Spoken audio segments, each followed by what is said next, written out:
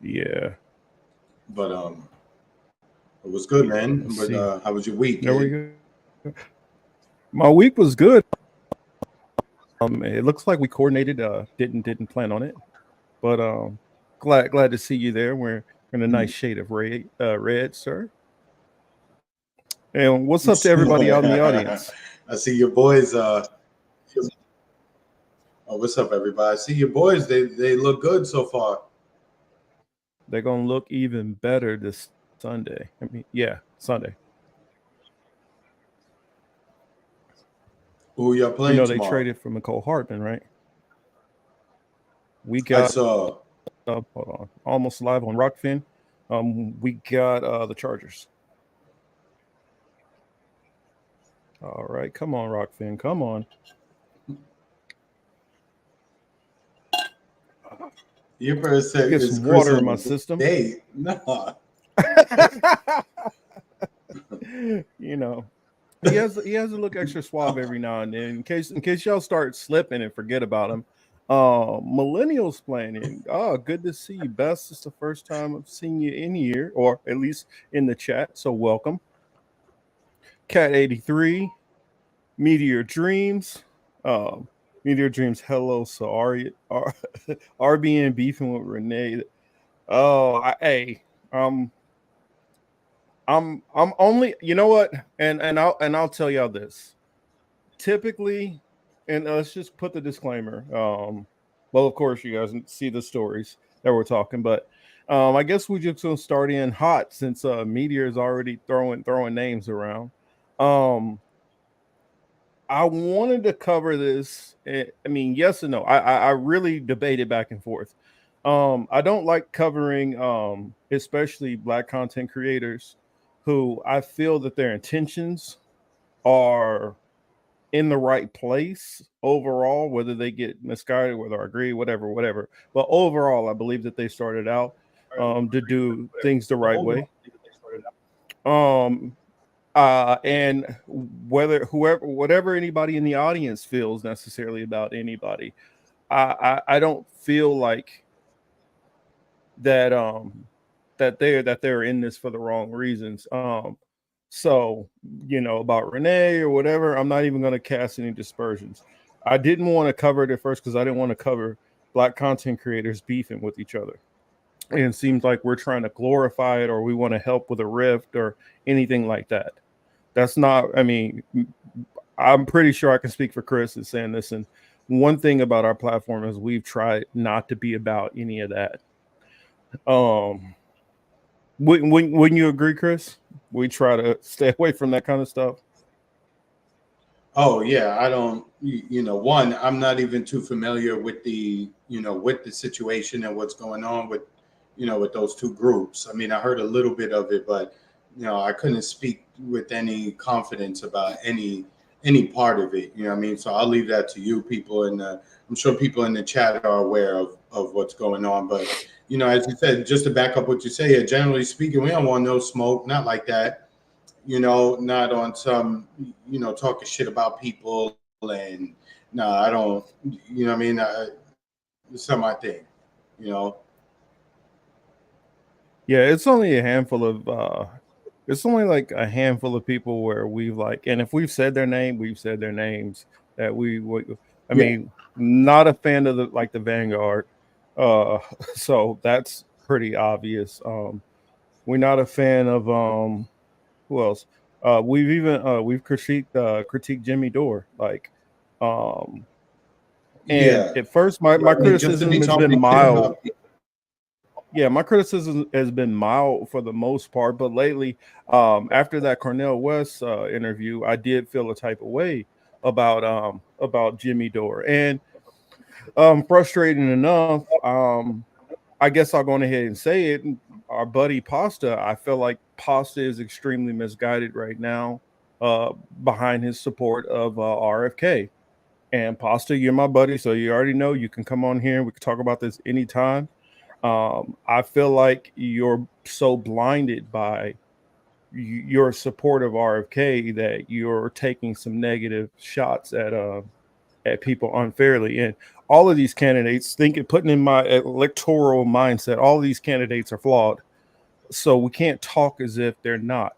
But right now, for RFK to be standing so hard for a nation which literally has no problem running us into World War III, and knowing that RFK will be completely down with following whatever the hell they want to do, it's at a time where you need to step up and critique your candidate, because they are that blind spot that he has is dangerous. But for the most part, we don't really go after anybody. That's me naming three different people we went after.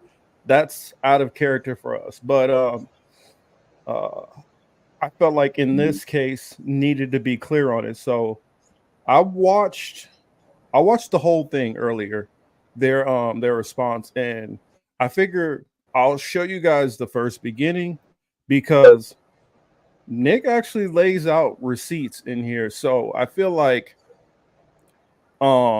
his cause to be upset is valid and justified.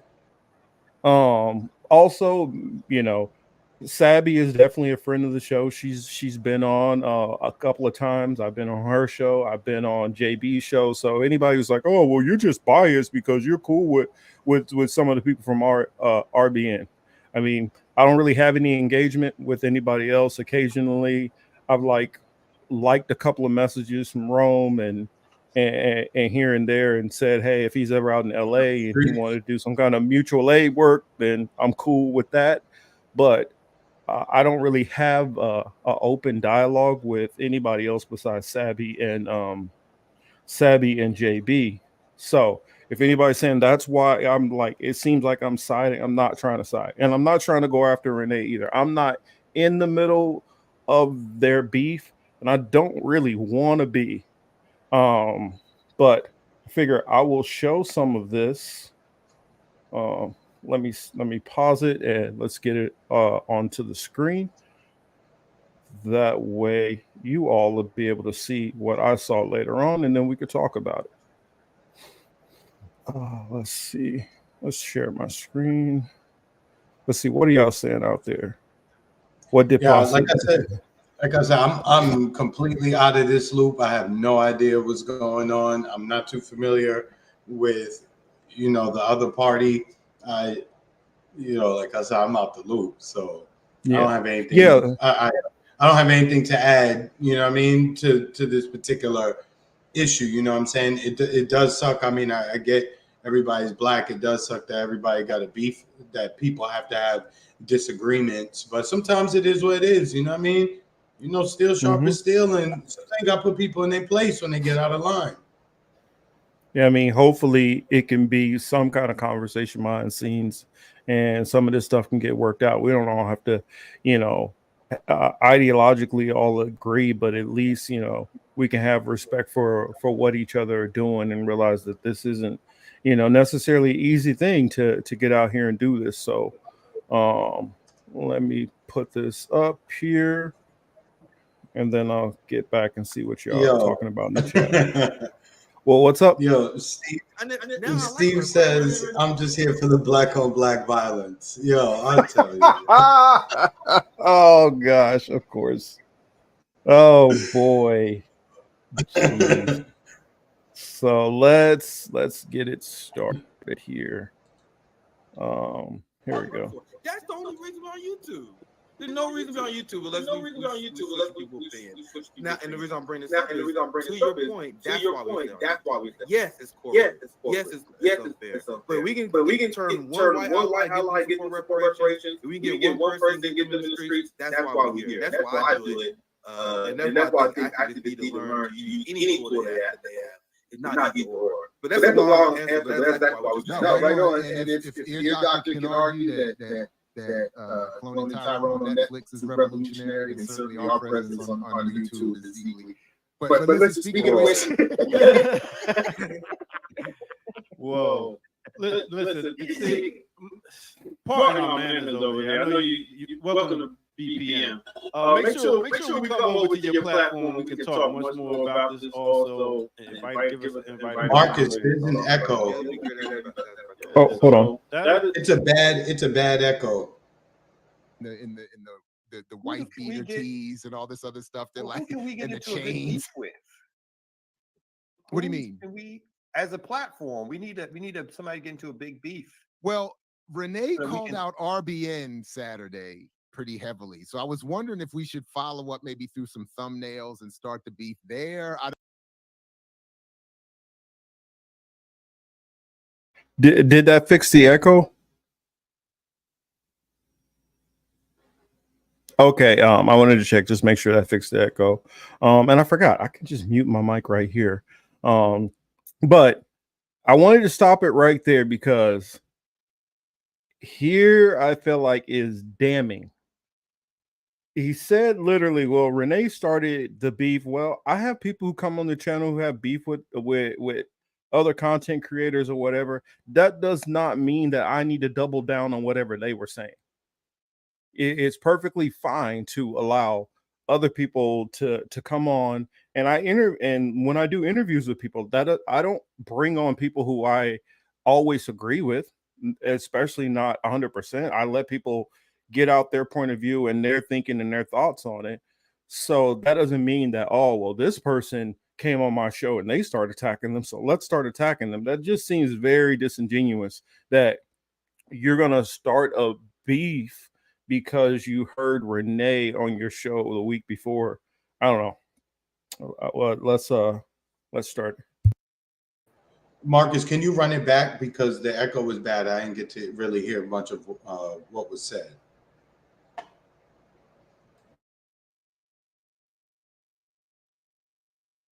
I never even heard the argument before. That's the only reason we're on YouTube. There's no reason to be on YouTube unless we switch people's opinion. Now, and the reason I'm bringing this up is, to your point, that's why we stay on YouTube. Yes, it's corporate. Yes, it's unfair. But we can turn one white ally, get them support reparations. If we can get one person, get them in the streets, that's why we're here. And that's why I do it. And that's why I think activists need to learn to use any tool that they have.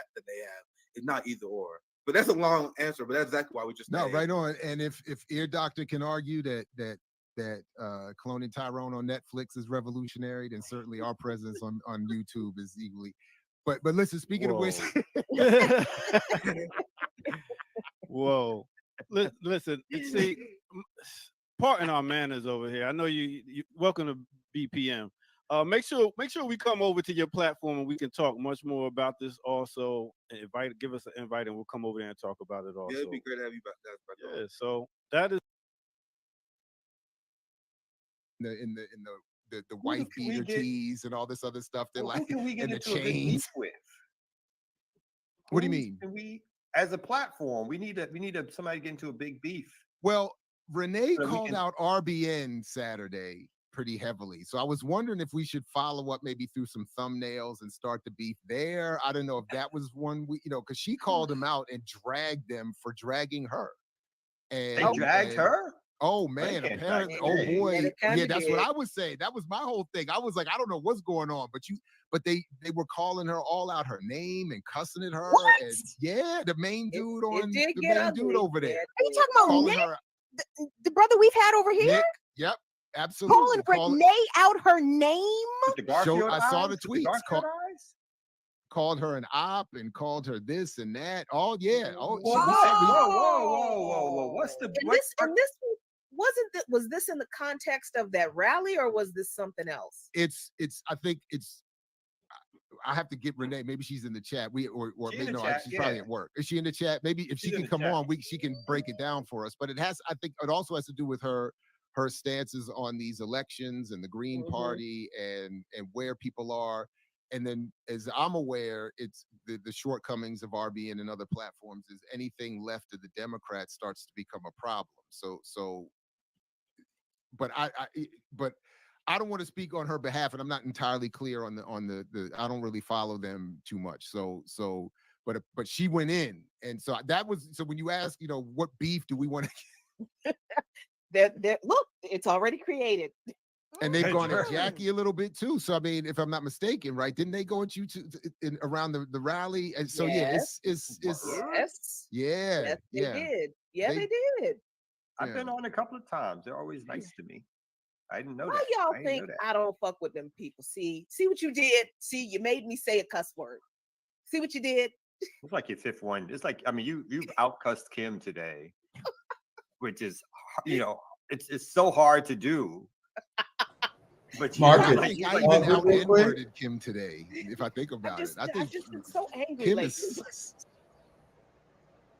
So there's been a few minutes and I'm still confused as to what the problem is. It just sounds like maybe people talking spicy. I don't really know. For the people who are offended, I'm not, shitting on anybody. I'm just saying for someone who really doesn't know, you know what I mean? I just don't get it. This seems like a slightly older group. Are they into democratic politics and all that shit? Are they? Because I've never seen them. They're into electoral politics. I'm not sure exactly their standpoint. I mean, I've only seen a couple of their episodes. I saw when they had Cornell West on, and they brought on a couple of other people, and I just didn't know. I mean, I was like, okay, it seems like they're trying to do their thing. They kind of have a more of the system. I'll just say that they don't view things the way we do. I'll leave it at that. So So I don't see that they're. I would say more or less that they're probably left of the Democratic Party, but maybe not quite where. Not quite. They wouldn't probably call themselves communists like RBN. okay, they are So I not think 100% into. Okay, I yeah. was just saying. So I'm asking because I really don't know, so I don't want to say anything that I don't. They look like they're old. They look like they're a little bit older than me, so I would assume, maybe wrongly, that maybe they were into Democratic Party politics, and maybe no, it's just. But no. all right, cool. Yeah, they're not Democrats as far as I know. For as far as I Oh, know, okay. that they are at least maybe like social democrats, democratic socialists. That's what I would guess. I don't.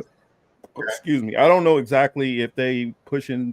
Well, I do know that they had Cornell West on, so that they were definitely at least open to Green Party activity.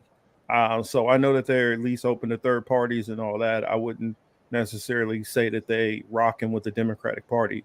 Um, but and then I know that they're very pro black. So I do give them Okay, credit for that's what's that. up.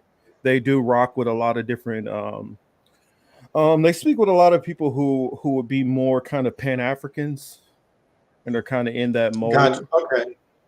And Okay. so more of I was just trying to figure out. I was just trying to figure out like what possibly the beef could be. You know what I'm saying?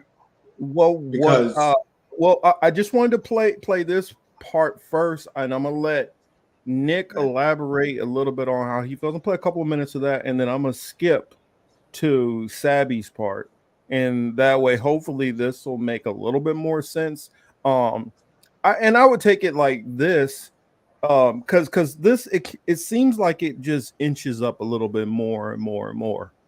And if you constantly hear somebody negatively speaking about your name, and then it seems like it's getting a little spicier. So I'll play a little bit more and then see what you think. Oh, Yipper says, talk about black radical traditions. Okay. So here we go. But Kim, you sleeping? why Catch do you it. all think I don't do appearances on other people's shows because of the way people have been mad disrespectful when I accurately pointed out the problem with the political party that organized that rally. They lied and said things that I did not say. They accused me of saying things about people that I didn't say things about. and they got all in their feelings and disrespect without actually talking to me. Now, a lot of these people said,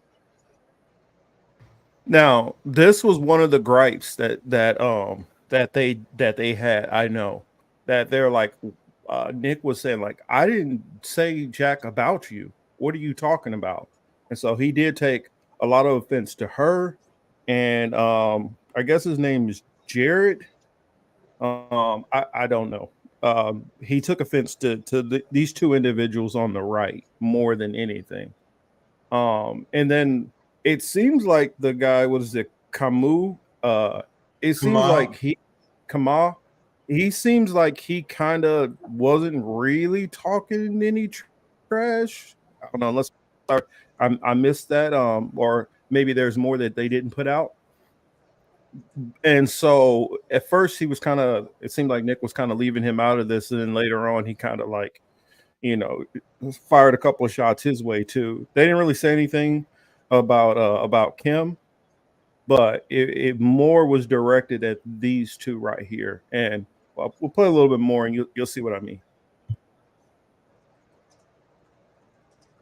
things about me and about the article I wrote that were not true, proving that they didn't actually read the article. And then they made these comments without actually talking to me. Nobody from RBN reached out to me and asked me to come on their show and explain what I said and why I said it, just like Max Blumenthal didn't, just like Jimmy Dore didn't, just like none of these people reached out to me and said, hey, you wrote this article. Why did you say what you said? Explain yourself. No, they all went to town talking about me, lying, and creating this controversy on a bunch of lies. So, no, I just I got to don't. say again, Jackie, and they called me that Max said I was his friend in And his then attack there on was you. that. That was the most trifling thing I've personally experienced. That was Then pretty whack.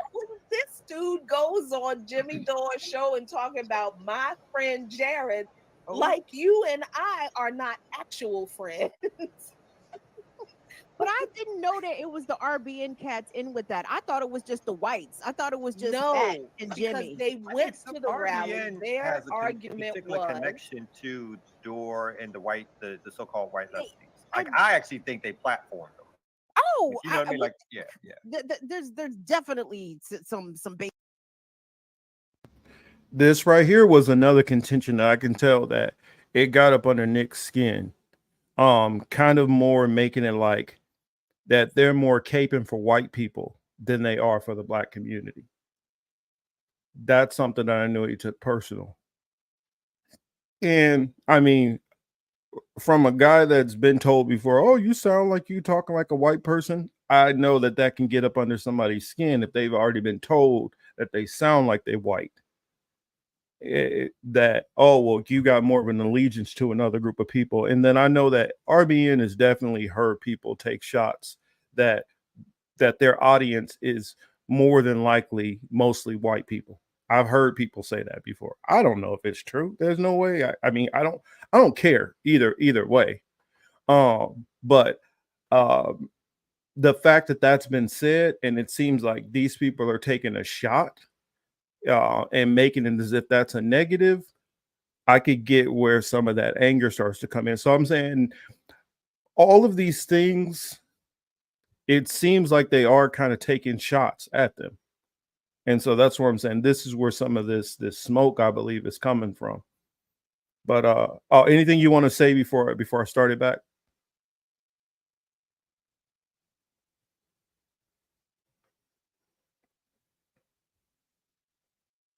Chris, anything you want to say before I start it back?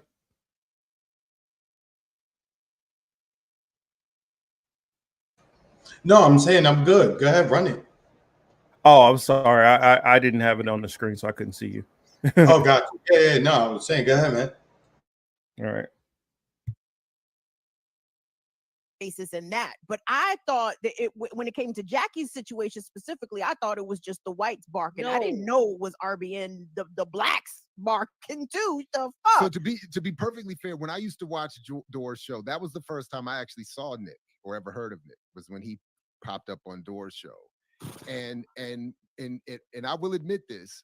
The one time I did DM Door, I just said, look, I don't, we don't know each other. I just watch your show. I just wanted to let you know that there are other Black left voices. That was the way I phrased. Like, I wasn't trying to pit myself or us against Nick or anything like that. I was just trying to say, like, if you want, because there was some reference to him wanting to have Nick on to get Black left voices. And then when I saw the interview, and it was just very lacking. That's what it descends so quickly. That's what I'm saying. So it was that comment, that it was lacking. So basically, he taking a shot like you brought him on there, and he didn't really deliver. And so the Black guy that you bring on there, he ain't up to par. So even though he said, "Well, I'm not putting myself up against Nick," it kind of sounds like you are. I'm just saying. Oh no, your thoughts? Look, if okay, he said it was lacking, right? I guess you can choose to feel away and want to respond, or you can just say, all right, and just keep it pushing, right? But I can understand. I can understand why you would want to like respond or make a comment to that, right? I get it. Mm-hmm. We all human. We all feel away. But he wasn't wild. He wasn't wild. I mean, again, I don't know much, but I mean, unless there was other shit going on behind the scenes or anything like that, that on its face is not wildly like disrespectful. Yeah, Trez. That's what it is. It's a little bit of saltiness, I would say, because they want to be because he probably wants to be on Jimmy Dore. But and I did hear that they had a problem against the Rage Against the War Machine, and there was a lot of people who felt mixed feelings about it, a lot of people who were talking trash about it. And I look at it like this: if you genuinely believe World War III and nuclear war is possible, would that be wrong to try to do something or try to be a part of something that's going to stop it? I mean, not necessarily it's going to stop it, but at least try to make an attempt.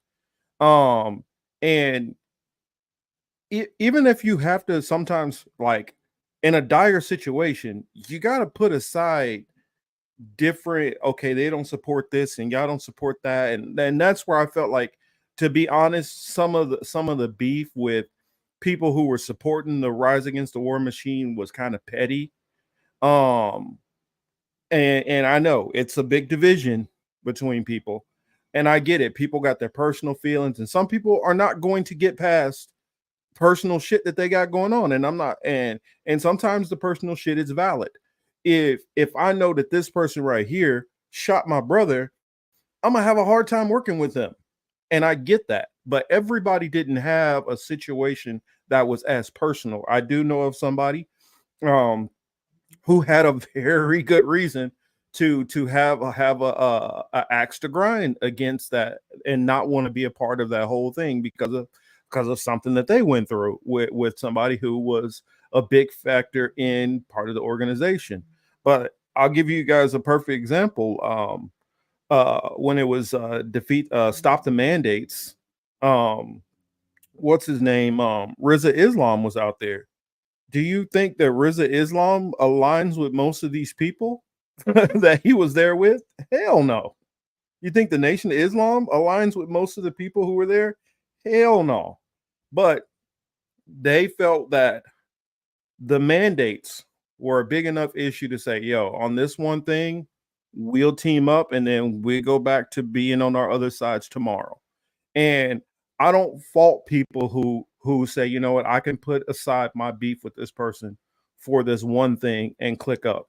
Because in all honesty, when it comes to any kind of movements or coalitions to get anything done, the one thing I've criticized the left in general about is they think that they can come up with like 15, 20, 30, 40 things have all these things as a list and a litmus test for all the people who are going to work with you. And then that's how you're going to get to it. How I look at the civil rights era is how they were able to get like certain things even pushed was because they focused on one thing. All of these people came together for this one thing, and then they went their separate ways for their other individual causes. That's how women's liberation, they got some of the pushes they need, civil rights, the whole the gay agenda, LGBTQ, or sorry if that offends people, but all of these different people said, okay, now I'm gonna go back and I'm gonna work on this, and whoever's gonna help me and ally with me on this, cool. And then if you don't agree, cool. But this thinking that you're going to amass this large army of people who all agree on the same shit to get something accomplished, unless it's like some kind of existential threat, I, I, that's where I have a disagreement with most of the people on the left in that thinking. But yeah, let's get back into it.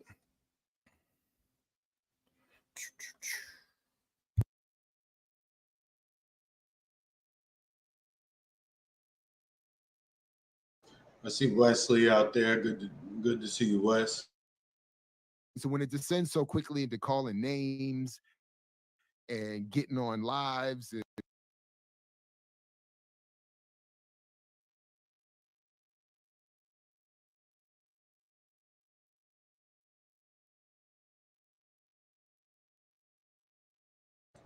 Marcus, what happened? Did I freeze or did Marcus freeze? I'm gonna need somebody in the chat to say something because I can't tell. I mean, it looks all right to me. Am I the odd man out?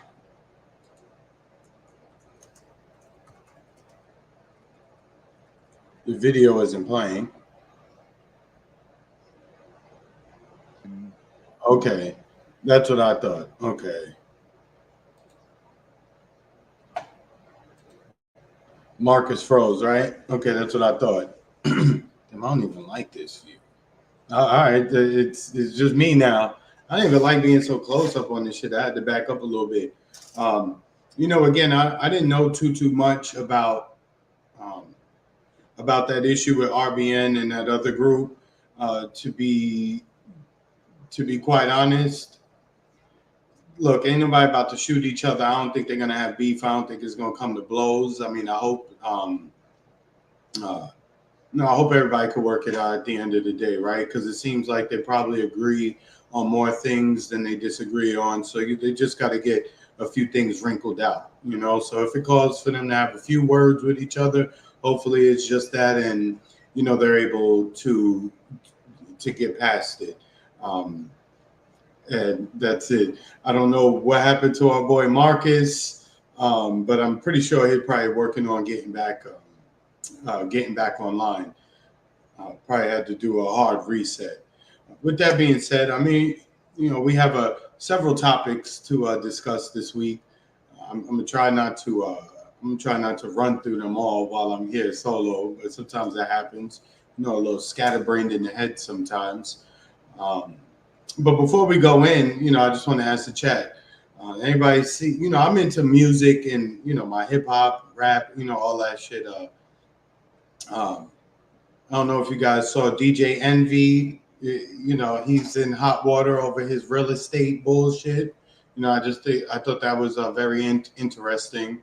If y'all know the situation with DJ Envy from the Breakfast Club, you should probably look it up. One of his business partners just got arrested. He bonded out, but they were running a little Ponzi scheme in the hood in Jersey, and they ran it up to a few $1 million. And the guy Caesar got.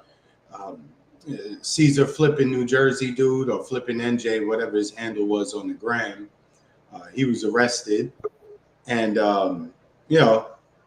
were scamming people. DJ Envy probably knows the feds ran up in iHeartRadio in New York over the weekend, and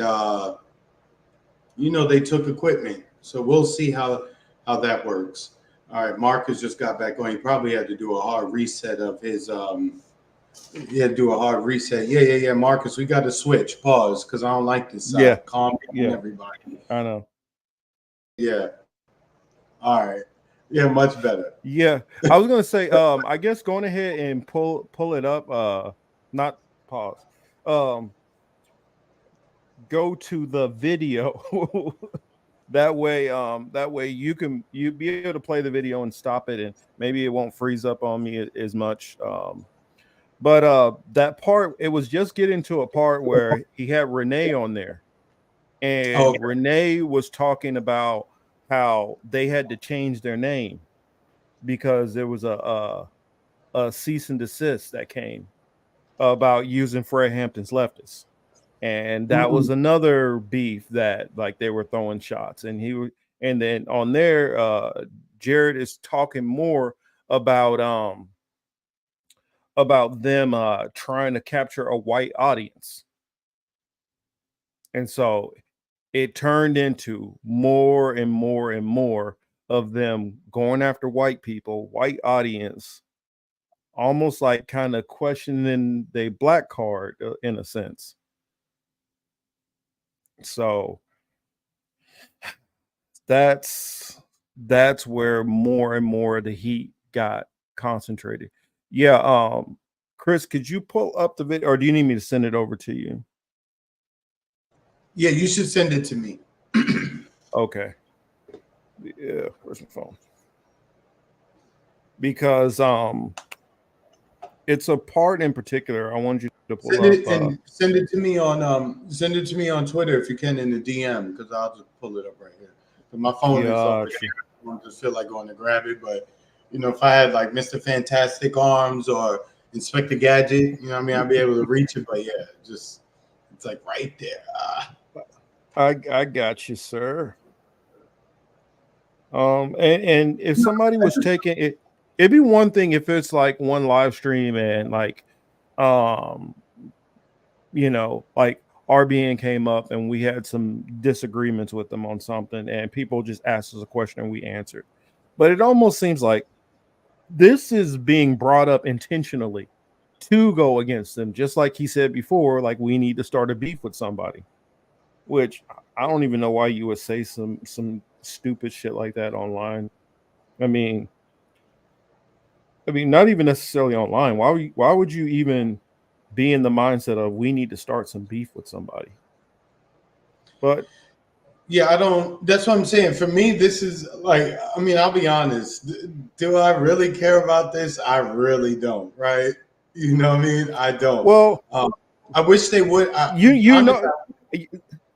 Chris, the main reason why I decided to talk about it is because I do want to give a little bit of levity, talk about something else differently to kind of break up from the serious shit that we're going to probably talk about. Hey, 1000%. I get it.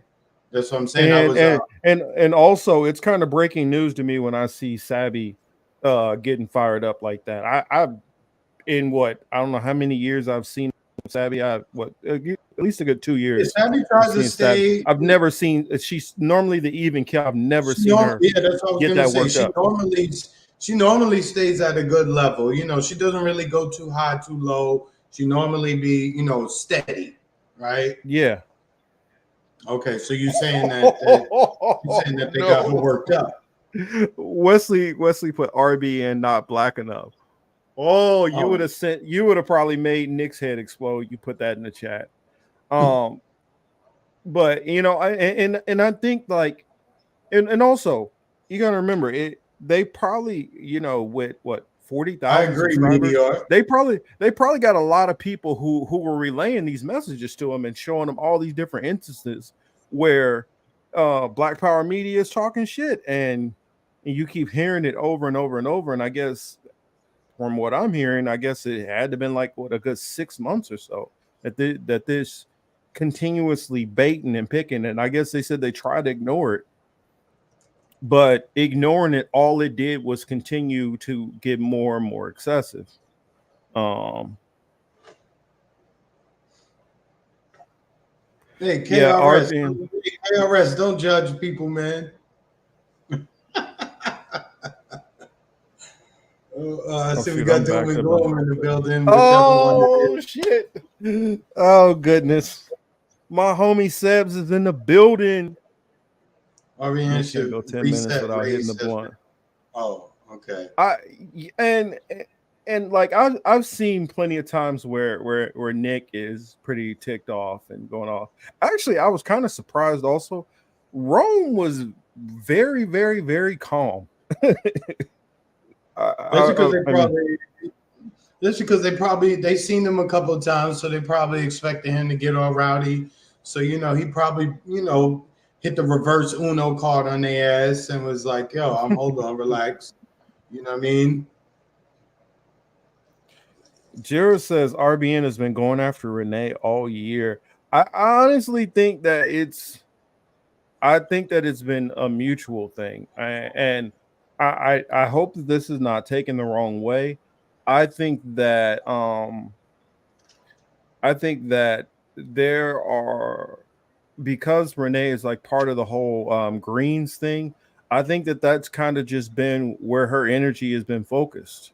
I'm not, and then it was MPP, and then they said it was something else before, and I just think that like, and RBN can correct me. I don't want to put words in their mouth.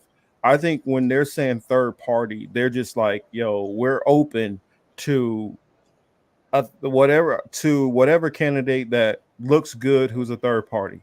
And it seems like they prefer independent more than anything. But I don't think they're so attached to a MPP, a DSA, a Green Party, whereas I think Renee kind of is attached to, an organization. She's aligns herself with an organization and then goes 100% for them. And I think that might be somewhere where some of this rub is coming in. I don't know. We don't over here. We don't. In all honesty, we think the whole damn system is corrupt. So don't. I mean, it doesn't matter who you get.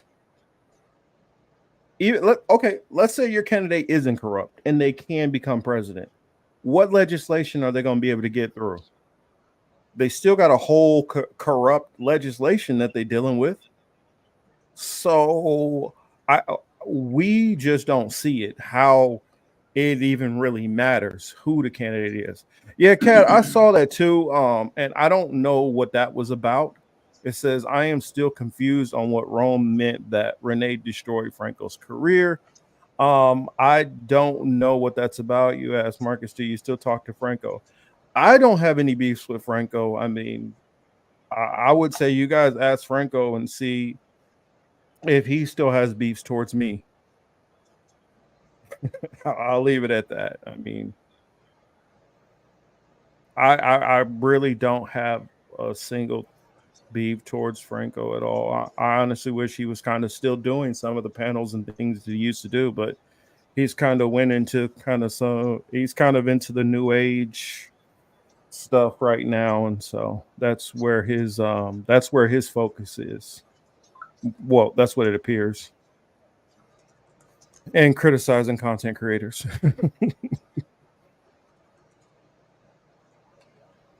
So I don't know. Do you have it?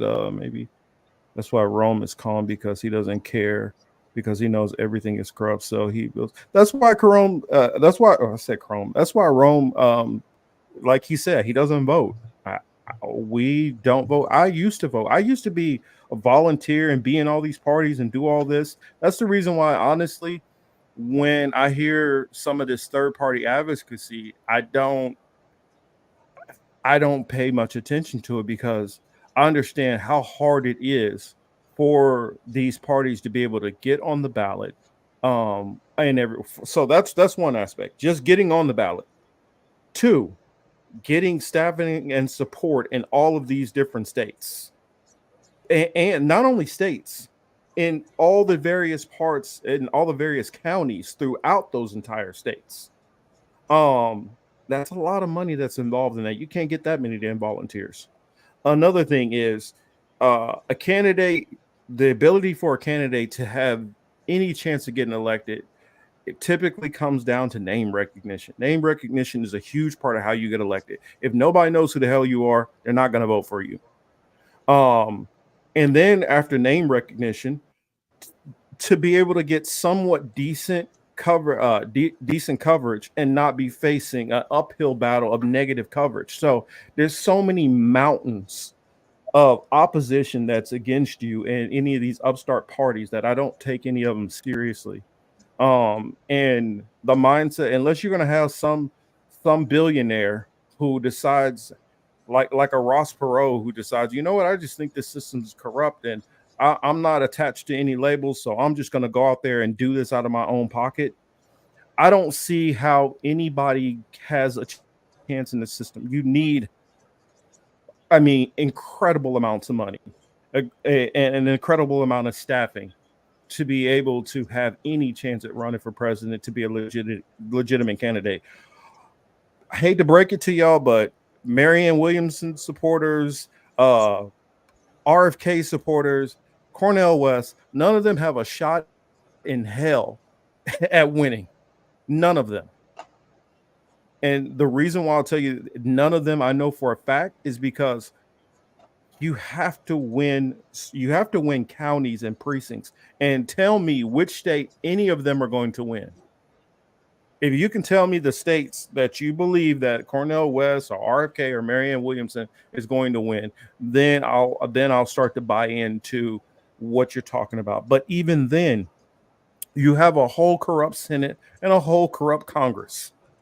So what do you do at that point? Sorry, I went on a little rant. Looks like I'm freezing up again. Mm-hmm.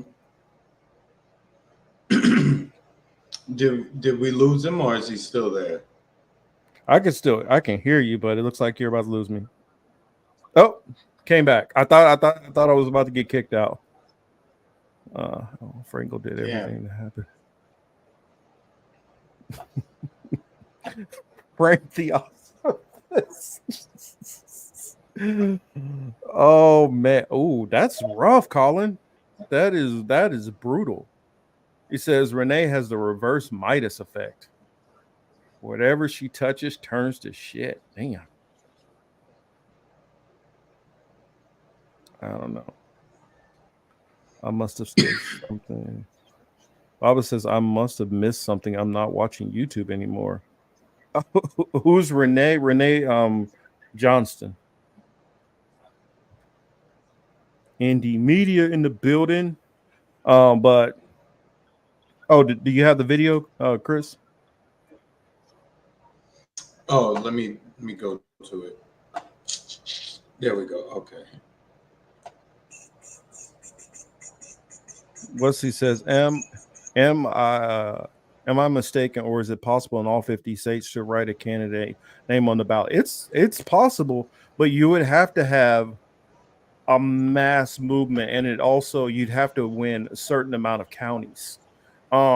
Just getting, like, say for instance, my county, LA County. Granted, California is a bad example. Let me pick another state. Florida, for instance. If you got, a whole bunch of votes throughout Duval County, Clay County, Cass County, but you don't get enough to win, you don't get that electoral point towards winning the state. So you could still possibly, just like the Electoral College, you could still possibly get more votes than the other candidates in the state and still not win the state. So not only would you have to get a bunch of votes statewide, but you'd have to win certain counties outright and win a certain percentage of those counties to win the whole entire state.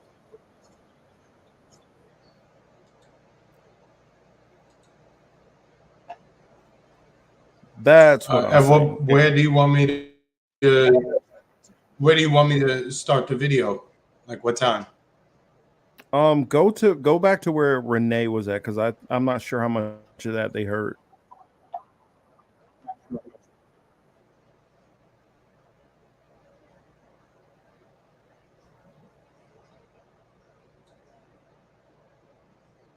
Is this way around here or before?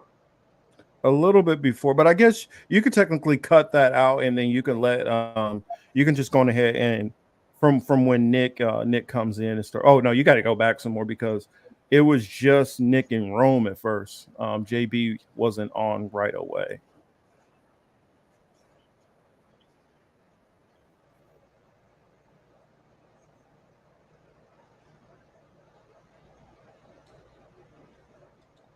Thank you, Bess.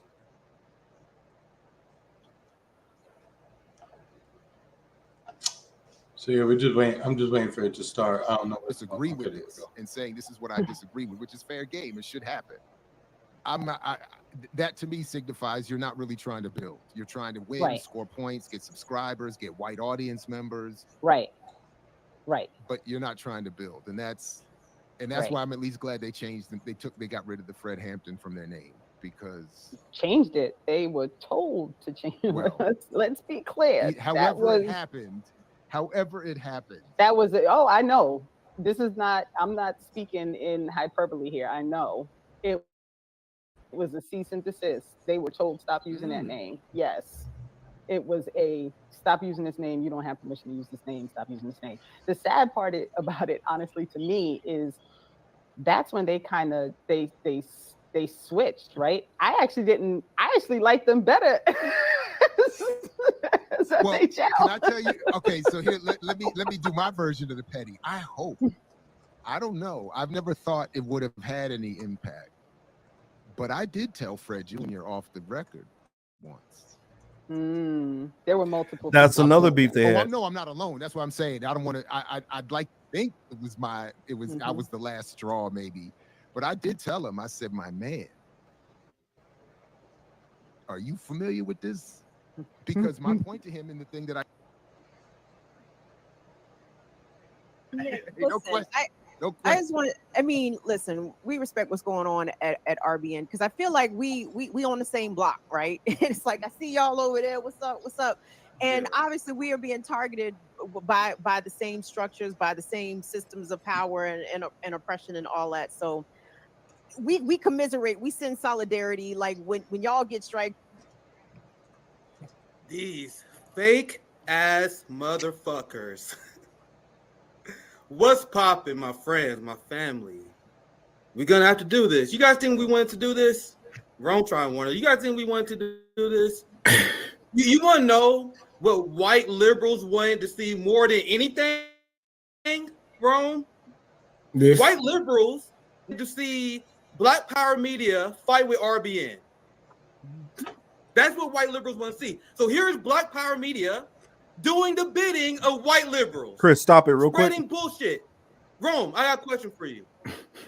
And I'm legitimately asking, do you get cease and desist? Now, we talked about this before, and this was one issue that I had with Kim when the whole Will Smith thing happened. She was one of those people that was like, yeah, my man, I'd be happy if he went up there like Will Smith and did that. And then some people was like, no, I mean, y'all just worried about, the white man and doing it in front of the white man. No, it's not that. It's about keeping our business in-house. And like, for instance, when I was in the military, no, we handle things within our department so that it's nobody else's business what the hell goes on. Because when you open somebody else up, now you let people have a say-so into your business. You also lose control of that situation. Just like when Will Smith went up there, he fucked up his own money. Now, whether we believe that's a psyop or not that was going on, when you do that shit like that, you take the situation out of your own hands by bringing other people into it. So that was my issue with a lot of this, and I agree. I wanted to show some of that, and my apologies for all the problems with the internet, and well, I don't know if it was the internet or just my laptop is giving me problems. But I wanted to show that they were coming after and taking shots at RBN repeatedly. And you could say, okay, it's not much, but we also don't know how much stuff that they were hearing. We don't know how much, how many pot shots that they were taking from, Black Power Media. And I think that it's a little bit kind of childish for them to come after them over and over and over like that. Now, it might be people where I don't agree with their style, how they do things. There might be people I don't agree with their ideology, but most content creators, if I have an issue with them, I try to go and talk to them and deal with it if I got a problem that I feel can be worked out. Oh, Sabby, yeah, definitely. Shoot, I will send you a link. But yeah, you're always welcome to come on and talk about it. I just felt like, and I like the way they started that out by going through and showing all the times where where they're directly mentioning them in a negative light and coming after them. And so I felt like it was very justified for them to want to say what they have to say. And I intentionally stayed away from touching the whole Renee stuff. I'm not getting into. I get how you feel, Jira, and this and that. I'm not involved in any of that stuff, so I'm not going to speak on any of that stuff. But Sabby knows a little bit more about this because she's involved in this, so I can definitely let her speak on it. I just know that from the outside, it don't look good. And I will say this from as long as I've known Sabby, as far as people in the independent space, has probably been one of the most level-headed people who don't come at people sideways, who tries to keep everything kind of cool. And typically, if you're pissing off Sabby, then you could say I'm biased or whatever, but I'm going to start looking at you first. Okay, what are you doing to make this person who I know is typically very calm to want to come at you this way or feel a need to block you or whatever? Yeah. Khalidine, that's what we've kind of been talking about a little bit, trying to go into it. And I still would hope that they can work out their differences because I really don't feel there's an extreme amount of daylight in between them. I think that they're still working kind of to they're leftists. Whether one side feels that they're a little bit further left than the other side, that doesn't matter. I feel like a lot of the principles that they agree on are on the same walk, and they should be trying to work more together than all of this. And I do feel like Oh Boy was kind of it was no reason for the cheap shots, I feel. Let's see, I've seen Renee in a lot of spaces from Franco, RBN, when it was FHL. Hell, I've seen her on big platforms like The Hill. That's the reason why I said I don't know enough about what was going on with Renee to say anything positive or negative. But I'll allow other people to voice what they know and what they've experienced with it, and leave it at that. I just feel like the way Black Power Media handled this was BS, and I feel RBN showed that they had every reason to respond the way that they responded. I just you know what? I don't know. Maybe Rome has been growing over the years or something, but I like I was kind of impressed at his restraint because I was assuming that he was going to be the one that was coming out hot. And I know I'm not going to criticize anybody for coming out hot and because people who have watched this channel a while, you guys have definitely seen me. You see me blow up on people, so I don't have a problem with that. I don't have a problem with the language. I don't have a problem with calling people op. Well, the only problem I have with calling people ops is the term op. Since I'm former military, it takes on a different meaning when you're calling somebody an op than hearing a bunch of civilians throw that term around for somebody you disagree with. That besides that, using the terminology weirdly, I don't know. I've been rambling a little while. Chris, you got anything you'd like to add? No, other than I really don't have anything to add to this. Again, I'm about to be corny, and that's fine, but can we all get along type shit, right? If you disagree, just disagree. Let it be that. You know. But Oh, that's our girl, Allie. but you know, just look, man. If people, I don't know, man. I ain't got nothing else on this. Yeah. I'm ready to move on to the next topic. I mean, if you got more videos, we can. Well, since Sabby's here, Sabby will be coming in. I'll allow I mean, instead because I was gonna play Sabby's part, which it's like about the 45-minute mark and 47-minute mark. I was gonna allow her. I was gonna play that so that we get her take on it. But since she's here and she's like, yeah, I'll come through. Of course, you can always hop on anytime.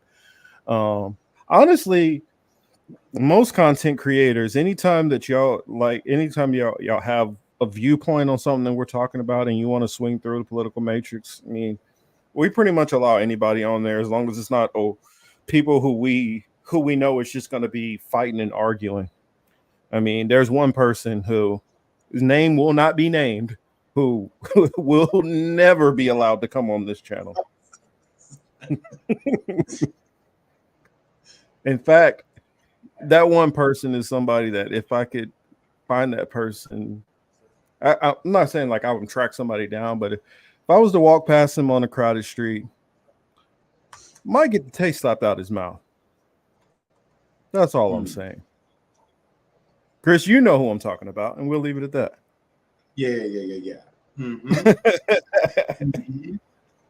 Because some of these people, I feel like y'all just talk this shit on out in public.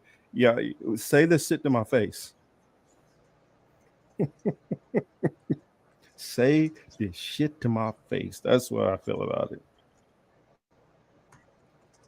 No, Jank, I think is honestly, I'll go back and listen to TYT every now and then to just watch him rage. I don't take him serious. He's not a serious person. Yo, didn't that guy say he was going to run for president?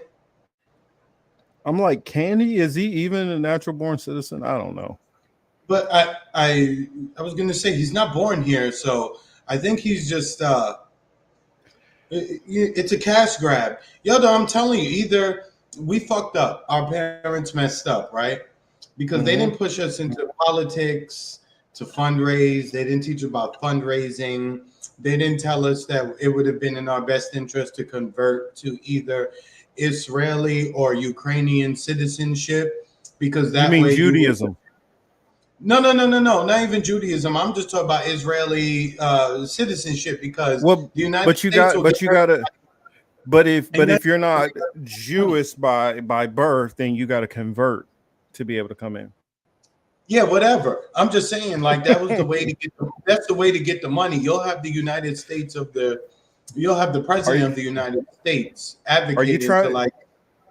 I'm like, Chris, you sure you want to get a Mazitza Papet? I'm really thinking about it. You know what I'm saying? Because I mean, I don't know about all that. Look, I'm not trying to have no grown man down on my member. I'm not doing all that. Yeah, we know that for real. But you know what I'm saying is, that's the way to get the money, right? You don't get no money unless you're no money from the government, shall we say? You know what I mean? Oh, Khalidine, exactly. That's exactly what Jank is about. Jank is trying to get people to sell his book. I mean, oh, that's right. Yeah, if we were dissing other people, I can't deal with breaking points either. They still have a warning on my page on my other page from me critiquing one of their videos. If I became president of the U.S., I would have Marcus as vice president and Chris on the. Well, if you had me as vice president, that would make sure you wouldn't get assassinated, because they wouldn't want my ass to become president. Oh, streets, I'm gonna find the money. I've been trained now. I'm gonna find the money. I promise you. Yeah, that's one thing that they would not want. I guess in the meantime, I can bring up got a couple of stories here. Oh, Marcus, what is it? Before you do that, before you go into the stories, when you got off the first time, I have referenced the situation with DJ Envy and his guy. I just wanted to know real quick. Did you? I've heard about that. I just want to know if you saw anything about it. I mean, but between the DJ Envy and the whole Jada stuff, that's like completely controlled, like black media. Oh, I have nothing to say about Jada Pinkett or Jada Shakur. You know what I mean? I'm gonna just leave Miss Shakur alone, and Mr. Smith. Hopefully, but Mr. Smith say he cool. So if he cool, what the fuck we talk about it for, right? Like, it don't matter. Everybody's putting in their 2 cents about it, but the husband is not crying. So I have nothing else to say about it. I don't care. I see that on a lot of programs. They have led. Oh, Jesus. Damn, Nina. I'm gonna buy him one. Hey, yeah. you know that they got ones where you can put like the Knicks on it and all kind of stuff. Oh yeah, they be in New York with that. But with that being said, I don't have nothing else to say about Jada Shakur. You know what I mean? I hope she finds her husband wherever he is, right? There we go. Hey, Savvy. What's going on, Savvy? How you doing? I mean, of course, we'd love to have you on here in times where it's not under these circumstances, but you're always welcome to come on. No, but she's going to be the resident Jada Shakur ex. Oh man, I told people, I said, in all honesty, all the time I've seen Sabby, I don't think I've ever seen Sabby that upset. Nah. And I told people, I said, y'all can say I'm biased because I'm cool with Sabby, but if you piss off the person who's normally cool and normally measured, and I've seen even behind the scenes try to be diplomatic about handling things, then I gotta kind of look over at you like, what are you doing? What's going on here? Even though I don't know the ins and outs of what's going on. This, like I said, I wasn't gonna go after Renee or say anything about Renee because I don't know her well enough. I stay away from all that MPP and great. I don't want no parts of none of that shit. So I don't know about it. So yeah, Sabby, could you elaborate just kind of like what's going on and like what were y'all feeling like, and how long has this shit been going on? Because I heard Nick say like this has been going on for a while. These like kind of mean-spirited jabs at you guys. Yeah, so it has been going on for a while. I think I'll start with the Renee thing. So Renee was actually the very first guest that came on to, that was back when we were FHL. So she was the first guest that came on, and she came on to talk about what happened to the volunteers at MPP. So at that point in time, I wasn't even a part of the group yet, right? So that was RJ and Nick that held that interview. But then later on, like she came on to my show, she came on to like other shows to talk about what happened with the volunteers at MPP. So she had several platforms that she went on to discuss it. Then as time went by, when the allegations came up about Nick Brana, that. Yeah. So when that happened, I interviewed Nick Brana, which I had never even met Nick Brana. Like at that point, I never met him, never spoken to him. I interviewed him. And also later on, when Zeneb was ready, I interviewed her too. So after that happened, like at that point in time, Renee had actually DM'd me and said, great job with the interview and stuff like that. Same thing after I interviewed Zeneb, great job, so people can hear like Zeneb's side of the story and yada, yada. So as time went by with me, with all that stuff that happened with MPP, which I was never a volunteer for MPP, but all that stuff that happened, and especially since people started to leave that organization, mainly because of Nick Brana. I just assumed that, okay, people realize that MPP is not a serious this is not a real political organization. Plus, they only got ballot access in Florida or something like that. So people knew this wasn't a real, like, so as time went by, it kind of became this thing is like, you're not talking bad about MPP. And I'm like, we already talked about MPP. We told people about MPP. Everybody knows about MPP at this point in time. And then it was like, she just started coming at those of us at RBN because she felt like she was supposed to continually come on to talk about MPP. And for us, it's like we deal with something and then we move on away from it to something else. But she got mad because she felt like we weren't giving her enough time. But she also came back on to RBN for other segments. That's the thing that people don't realize. Like, she came on for our Juneteenth episode. She doesn't tell it to people.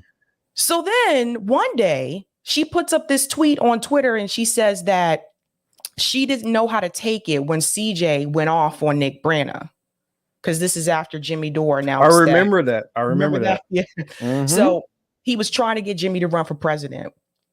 And Jimmy was like, well, no, I'm not running for president. So when that news broke that Nick Brana was trying to do that, CJ like made a stream and he was like, hell no. Right. So he went really hard, like in Nick Brana. So then it was like, first it was, we're not talking about MPP negatively enough. Then when CJ was talking about MPP, it went off on Nick Brana the way that he did. Then it was like she was upset because she said she didn't know how to take it because she said we ignored her and didn't have her on to discuss it, which that was an outright lie. So that's the other thing. All these things are on the RBN channel. So what Nick and them did today was like, let me show you when she came on to talk about, she was just blatantly lying. Then she started to tell lies about things that really just did not make any sense. Like, for example, saying on Black Power Media that we got to cease and desist. We never got to cease and desist anything. That was a total lie. I heard her say that. I heard her say that on somebody else's platform like a while back. I don't know. It might have been on there. I did hear her say that though a while back. Yeah, what she does is she's gone to multiple groups and organizations. She's been a part of multiple. That's what people may not know. So I've spoken to people that worked with her when she was a part of Brand New Congress. Then she moved away from that. Then at one point she came onto the show and she said that she was part of Socialist Alternative. I've heard from people there too. And now she's supposed to be like, I guess, buddy with Camilla, and Camilla somehow has moved to the Green Party. And now she has bad things to say about the Green Party and Dr. West or whatever. It is what it is. I don't care. Whoever you like politically, that's your thing. But I noticed a pattern that every organization that she was a part of, she had issues with. And I noticed, am I right now? Correct me if I'm wrong. Hasn't all this been like in less than like 3 or 4 years? Like all of these different parties? Yes. That's the other thing that people don't understand. So then, and now she has managed to make her way over to Black Power Media. I guess she hosts a show there, whatever. They can have whoever they want. But it's really weird. Like now, this girl has gone out of her way to constantly smear RBN. She called Nick racist towards her, said that he was being racist towards her. Like all this other stuff. Like, well, as long as you guys are attached to Jimmy Dore, you're anti-Black. So she got mad at us. So she constantly kept coming after us and lying about us. So eventually got to the point where I blocked her and I said, I'm not dealing with this girl anymore. Just period, not dealing with her. So she gets involved with Black Power Media, and she's still like, now she's just telling blatant outright lies saying, I know for a fact they got to cease and desist. No, she doesn't. She was never a part of this group. We never got a cease and desist. And in fact, when we changed our name, we came on stream and told people that we were changing the name. Like that was never a secret. Sorry, Sabby, to cut you off. I have one quick question. When you keep referencing the cease and desist, is that regarding the name change? Right. And we had explained all this all this on stream and we said we're going to change remember the that. name. Yeah, I because thought, okay. we got tired of people going to Fred Hampton Jr. as if he was like our manager and basically saying to him that like, hey, these people are making money off your dad's name. First of all, we weren't monetized for the longest time. And a lot of people don't realize for the longest time, that first year, we didn't even make any fucking money. That's what people don't realize. We were raising money for Tour for the Poor, which is a program that Rome does, which existed before FHL even began. That was Rome's own thing. Mm-hmm. So when he joined the organization, that became a part of the organization. We also raised money for the Fred Hampton House. Mm-hmm. So these were people that, and again, Renee was a part of this. Millennial Splain, who was in the chat, who's trying to play both sides, because I got DMs from her too. She was removed from her own network because she came at them some kind of way. And then she DM'd me and some other people too, trying to get us to turn against Indie News Network. These people have no life. These people have no life. And so I'm just like, no, just get out of my face with that bullshit. And the reason how I know some of the things that I know is because these people are in DM groups and they're so fucking dumb that they don't realize there are moles in those DM groups. Mm-hmm. Well, I do know of people definitely forget some of the people that they add to these DMs, because I've watched people literally start shitting on somebody and forget, oh shit, this person. I've had somebody do that with me. And that includes Jara Brown in the chat too. I've seen her DMs in those DM groups. I've seen all this stuff. So they think what they're saying is just staying within that group, but it's not staying within that group. It never does. No, it's stupid. Why it's no. I'm saying that's why Marcus and I's position, like we're discussing this now. But I like that we're not like we on the outside, right? We just like, hey, look at them little too dirty. Chris has told me not to allow. He's like, it's just let's just do our own thing. No. Yeah, because it gets too sloppy and nasty, and for no reason. We're not even talking about money. We're not talking about people messing with money, with your kids, with your home, your spouse. Like, really, what we talking about? Like mean girl shit, right? That's what it sounds like at the end of the day, right? Mm-hmm. But I'm sorry, Stephanie, go ahead. But these people, these groups of people, Jara Brown, Millennial Splain, Renee, all of them, these people at one point, they were cool with RBN, but when they felt like we weren't attacking Jimmy Dore enough, or we weren't attacking MPP or Nick Braun enough, then all of a sudden they had a problem with us. So again, like I said before, I don't really care about the personalities. And in reference to Jimmy Dore, and I've been very vocal about this, I have criticized Jimmy Dore multiple times on my show. I have not hid that. I can't even remember the last time I spoke to Jimmy Dore, actually, to be honest with you. So the thing is that these people have just been blatantly lying. Now, on to the Black Power media thing. Hold on 1 second. Hold that thought. For those people in the audience who have their beefs, because I don't feel like it would be conducive to be able to hear both people out early, I'm not going to bring anybody else on right now, but I will DM me, and you can definitely come on. And if you feel like you need to explain something or say your pushback, that's perfectly fine. Or if Sabby wanted to have this discussion, then okay, I'll bring you on if she's cool with it. But I don't want to just have yelling back and forth and we're not hearing anybody talk. Yeah. And Millennial Splain, I see you in the chat saying, I love you, Sabby. Millennial Splain, I saw your messages today in your DM group that I'm not a part of. So anyway, the thing is this, moving on to the Black Power media part. So we had decided at one point, this was like months ago, to work together with Black Power Media in reference to organizing. So not political stuff, but just organizing, because they had things that they were working on. You know, Kamal Franklin is a part of Community Movement Builders. So we were like, we're starting the RBN chapters, the mutual aid stuff.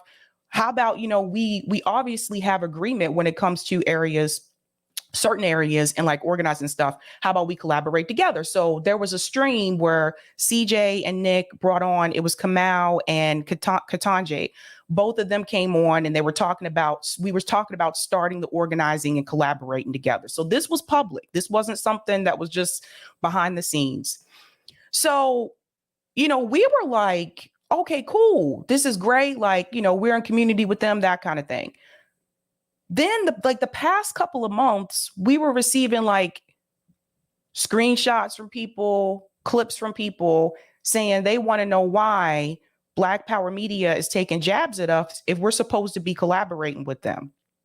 We had decided as a group not to even engage in it because we said, nope, there's obviously not many Black people in this space, and we don't want to be Black group going after another Black group. So we've ignored this for months. We've ignored it.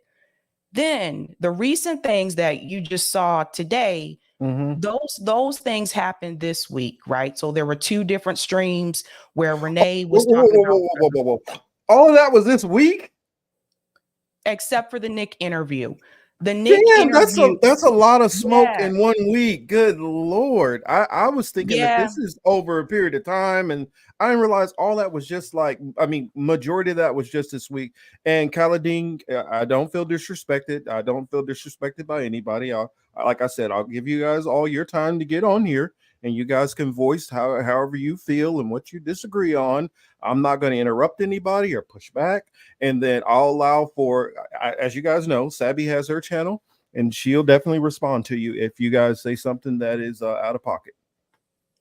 Yeah. So basically, where are we going back to? Oh, what happened this week. So the stream, the clip that you saw with Renee and Jared was saying that he contacted Fred Hampton Jr. That was from the Saturday show that Renee did this past Saturday. That's some bitch shit. And then the other clip where you saw 4 of them together, and Jared basically admits that he saw Nick on Jimmy Dore's show, and I guess he felt like that should have been his spot, and so he contacted. Yeah, he said it was lacking. Yeah, via DM or whatever. That was also this week. This is all within the same span. Okay. So when we saw that happen, when we hear them say that they don't do any organizing, they don't do anything on the ground, if this was somebody else saying that, we would have just ignored it. But the fact that these are people that we were actually collaborating with, especially in reference to organizing efforts, they were blatantly lying. And so we just kind of sat back and like, why would they lie about this? Why are they doing this? And so for me, like, I can tell you, Kim Brown, she was the first person from Black Power Media that I had on. She's been on my show multiple times. Yeah, I've seen her a bunch of times. That's how I've learned about her. Yeah, and we had her on RBN multiple times.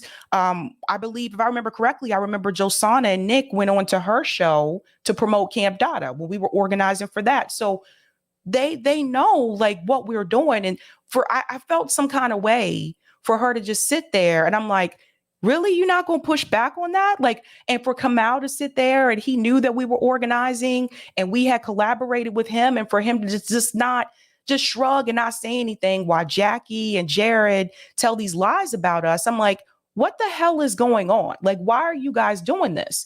So initially, when we saw this, they were contacted behind the scenes. They were contacted by Nick behind the scenes to work this out behind the scenes. That's what I would have preferred happen. Definitely. They didn't want to do it. Kamau said it wasn't worth his time, if I remember correctly. And so we were just kind of like, why are you guys doing that? Why are you lying? And like I said, you ain't got to like us, but to just tell blatant lies, things that you know are not true. The article that Jackie was referring to when she said that RBN smeared her and called her out her name in reference to that article, actually, this is where RBN was split when it came to that Rage Against the War Machine rally, because when Nick and CJ covered that, they actually agreed with the Jamu Baraka, and the Jamu's criticism was that there need to be more Black speakers. They agreed with him about that. They did not attack Jackie. So though, again, that was another blatant lie. And I'm like, why are they lying? I was the only one who went to the rally. Mm-hmm. And somehow it gets said on stream that, well, they went to no, they did not. Only one of us went to the rally. I covered the rally. And even I had criticism before and after the rally. So it just, to me, those were blatant lies. And I didn't appreciate that. And then the whole thing with then Renee comes into the group And then now it's like this collaboration that we have with Black Power Media, I feel like she found a way to disrupt it and to make things worse. But this is what she does. She lies on a lot of people. She hops from group to group. And the moment that you don't do things the way that she thinks that you should do it, she'll smear you too.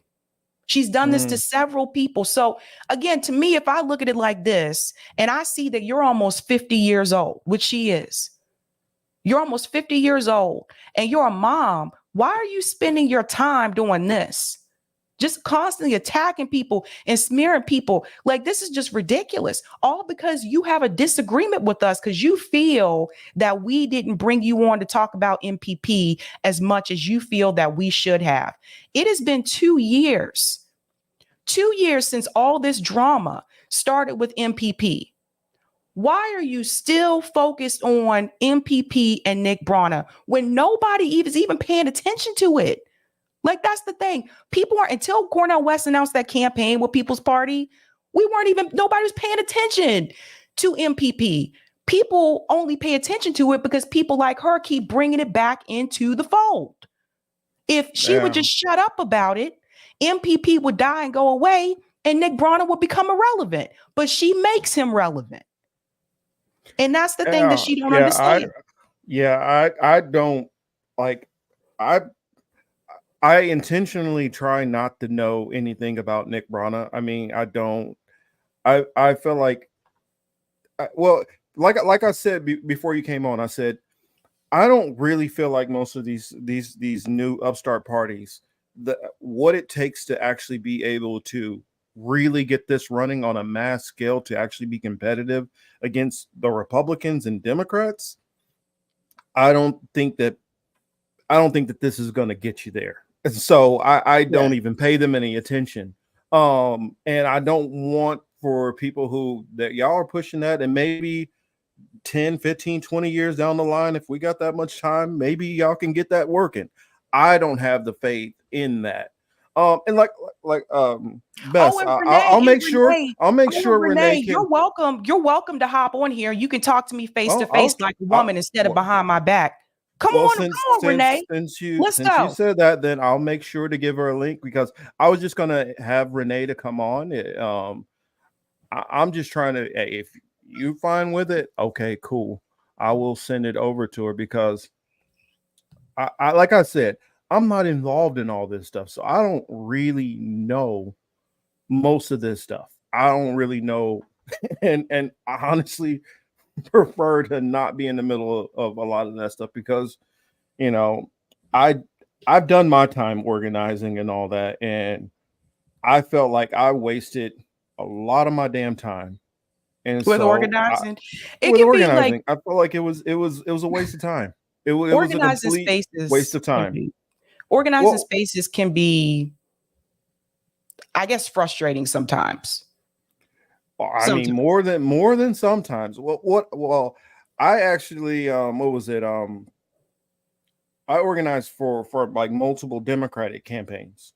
And so I did phone calling, door knocking, all kinds of stuff. And I realized how much it takes when you're dealing with on that level, and how much money and stuff is involved in TV, and when you're actually sitting in some of these strategy meetings and you understand where they're talking about, well, this county, we need to get this amount of votes, and we need this amount of volunteers, and we need this amount of this and this amount of that. I realize how much of a haul it is, even just how difficult it is just on a county level. And I'm talking about for national, if you're like a handful of you guys, like 20, 30 people, and you're trying to organize for a whole entire state, you're not big enough. You need at least that many for one county in order to even have a chance on national politics. And you need millions and millions of dollars involved. Well, after Bernie, I've been really vocal about this. After Bernie, I said I wouldn't do that again. So yeah. And honestly, after Bernie is what made me do a lot of the research, which I did. Now, did I think that Bernie was going to change the whole world? No. But my hope was that if he can get in and he can at least get one or two of these possibilities, even half measures, it it make a difference. But when I look back at it, I feel Bernie was nothing but a sheep herder. And most of the people who are put out there are nothing but sheep herders to give people who are upset a place for that anger to vent so that they can keep those people who are upset from showing up at their campaign rallies, from writing more letters to their Congress people. Well, And this is a way they can divert that energy, that heat that would be coming towards them. Now, no offense to anybody who's involved in all this stuff, but that's just how I think. You know, Marcus, I just wanted to add too regarding Bernie being the sheep herder, you know, because Hillary couldn't do that, right? She couldn't amass and hold, you know, interest, right, from a particular group, specifically the young people, and then having Trump on the other side. So, you know, it just made for a perfect storm for Bernie to get in there and do exactly what he did, which was force people to vote Democrat. You know what I'm saying? Yep. Just to keep all the contacts, to get all the contacts, to raise a little bit of coin. Look, even if you only gave $17, that was $17 they didn't have. And if you multiply that times thousands of people, you know, that turns those pennies add up to a few dollars. You know what I'm saying? It makes for a nice vacation, right? Or a nice new vehicle. Well, more than just that, I mean, that's a good point, Chris. All that money that was going, say you don't vote for Hillary, all that money still goes to Hillary's campaign to help her pay other people. And so you're still helping the campaign. You're still helping to get commercials on TV. You're still helping the campaign, whether you realize it or not. Renee, she's on her way in, I believe. I sent her the link. So I'll let you ladies talk it out, and I'm gonna step back and when she comes on, and because like I said, I don't have a dog in this fight. I'm not in this. I'm just trying to hear the perspectives, and since I definitely know you, I have no problem definitely bring you on here, and I've talked to Renee through DMs. Now we were talking about other topics. Like I wanted to bring her on to talk about, you know, some of her activism for like Mumia and stuff like that, because I feel like that's something that even if I'm not involved with politics, that's something I can put energy into and support to get an innocent man out of prison. And so I feel like we should all be able to rock with that. And also, too, another thing is the reason why we started the RBN chapters. One of the reasons why is because we had all been a part of other organizations before, and we saw how frustrating it could be. It's like certain people don't want to work with other people. And then you have to deal with, even in some of those organizations, you got to deal with organizational leadership. You have like the internal like bureaucracy of it. So that's why we're like, no, let's just start our own fucking thing. So we'll have to deal with all that. And then another thing, like we saw with some organizations, they don't want their members to collaborate with other organizations. So we saw what happened with the Rage Against the War Machine rally, where Code Pink told Medea Benjamin that they didn't want her to be a speaker. So originally she was announced as one of the speakers. She still was there. She still went to the rally, but out of respect for her organization, she decided not to remain a speaker. So there's things like that too. Believe it or not, I dealt with that with Vote Vets because I was a part of Vote Vets and Iraq and Afghanistan veterans and Vote Vets. So that's what I'm saying. A lot of this organization stuff, so I know how this stuff goes in there. I've seen it myself. So I understand. And I feel like, and I said, I don't know if you heard this before you got on, but I was saying that if the belief that World War III and nuclear war is possible, and there's a probability, at what point do people put aside those differences and try to build something to at least fight that? Now, afterwards, you can go your separate ways and, okay, you want Second Amendment, you're against Second Amendment. You want abortion, you're against abortion. I get it. You want civil rights, you want reparations, you're against. I get it. But if nuclear war happens, none of that stuff gets done. It's all over with. And so I'm like, that's why I was like, I went out to the Rage Against the War Machine here in LA. And I was covering that. And I'm like, I don't care if I disagree with the people. No, I said, for instance, like Zaina, if she had a direct issue with Nick Brana, I can understand her saying, I'm not getting involved with that. I don't want nothing to do with that dude. I understand that. But like some of us who are like, well, they don't support reparations, so I'm not going to be there. I mean, that we got to get past petty shit like that. Yeah. I mean, I advise people just not to sign on for things that Nick Brana is leading. Like even when Dr. West announced that he was running through People's Party, that very first interview I had after his announcement, I told him in that interview, I have serious reservations about you running through the People's Party because of Nick Brana. I was very vocal about that. I told him, and other people did too. Wasn't just me, but other people did too. And then you saw, like, he did leave the People's Party, and then went into the Green Party, and then there are issues with the Green Party, so now he's running as an independent. But I mean, my whole thing is this: I told people from the very beginning. I also said even with Dr. Is Cornell? Sorry, Sarah. I was going to say, side note, and what is Cornell doing? It just looks like his campaign doesn't look like a campaign. It just looks like somebody who has a little bit of recognition, who is throwing his hat in there half-assed, because I don't see him mentioned anywhere outside of Twitter. I think the thing is yeah, I mean, it's tough when you're not a part of a party. That's the thing, because the Green Party does have ballot access already in, like, I think it's 18 states right now, secured ballot access in 18 states, and they'll probably get to a little bit over 40. I believe they can do that. I don't know who the candidate's going to be for president. Like, I've interviewed people that said they're running through the Green Party, but when I talked to Jill Stein recently, she said, like, those aren't necessarily confirmed people through the Green Party just yet. So there's party dynamics you still got to work with there. But I'm pretty sure they can get to like over 40 states. The thing that I was trying to tell Dr. West, now that he's running as an independent, it's going to be harder to get to, because Ralph Nader did run as an independent and he did run as a Green, but he got more ballot access when he ran as a Green versus when he ran as an independent. And I think that's what people are not mentioning. Some people are leaving that out, but I do worry about that. Like I told him, I said, what about states like California and Texas, where you're going to have to raise millions of dollars just to get on the ballot as an independent in California? But I'm not part of the campaign, so. And the way California does it, it'll be like, okay, so the voting is going to be in, say, November.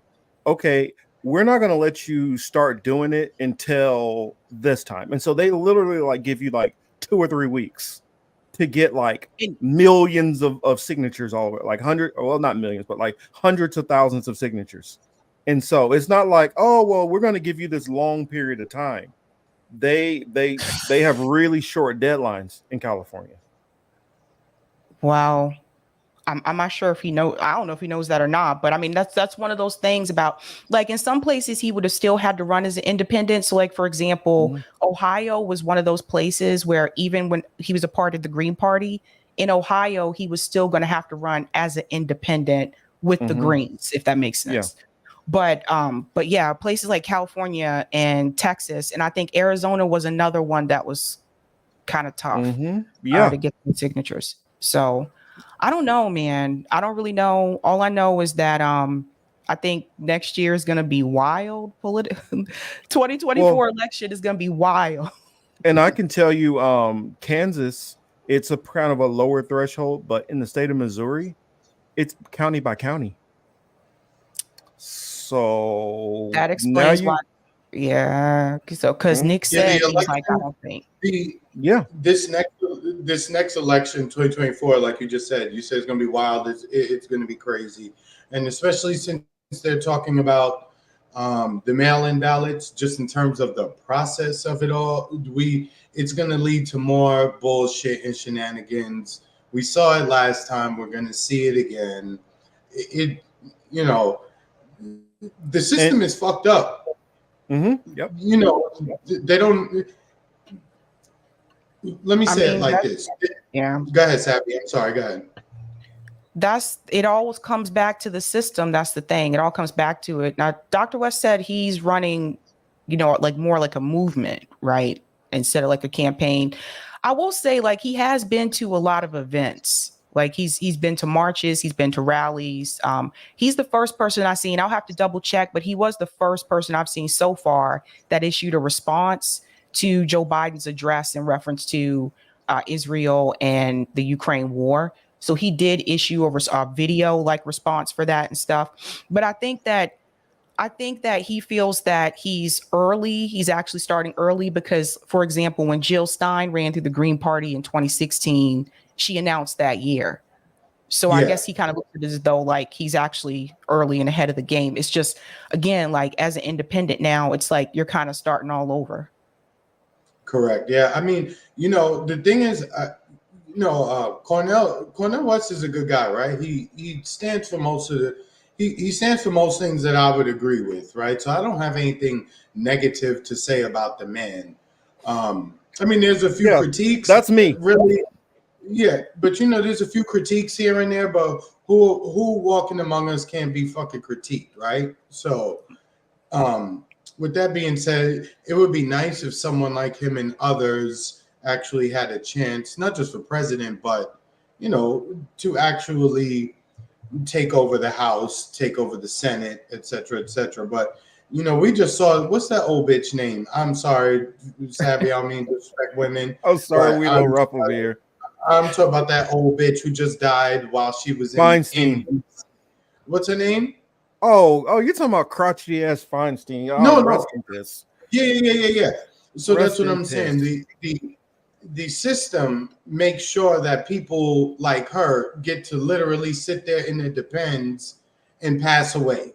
And then they put, somebody else in the seat who's going to do what they do. So with that being said, at some point it's better to like step away from this shit because you can't fix it. We have people like AOC, right? Who appear on when you first see her, you're like, damn, okay, you see the video? This looks like she's a chick from the Bronx, like she get it. And then when she gets in there, it's like, oh, okay, this was like a staged event, right? You know what I'm saying? So it's she doesn't. Okay. Renee doesn't want to come on. Okay, so you see what I was telling you? There you go. I mean, I sent the link. I mean, if you want to still come on, I mean, the link is there. Yeah, come on, Renee. Come talk to me face to face like a woman because you got a lot of shit to say behind my back. You got a lot to say on Twitter. Come talk to me face to face like a woman. What are you afraid of?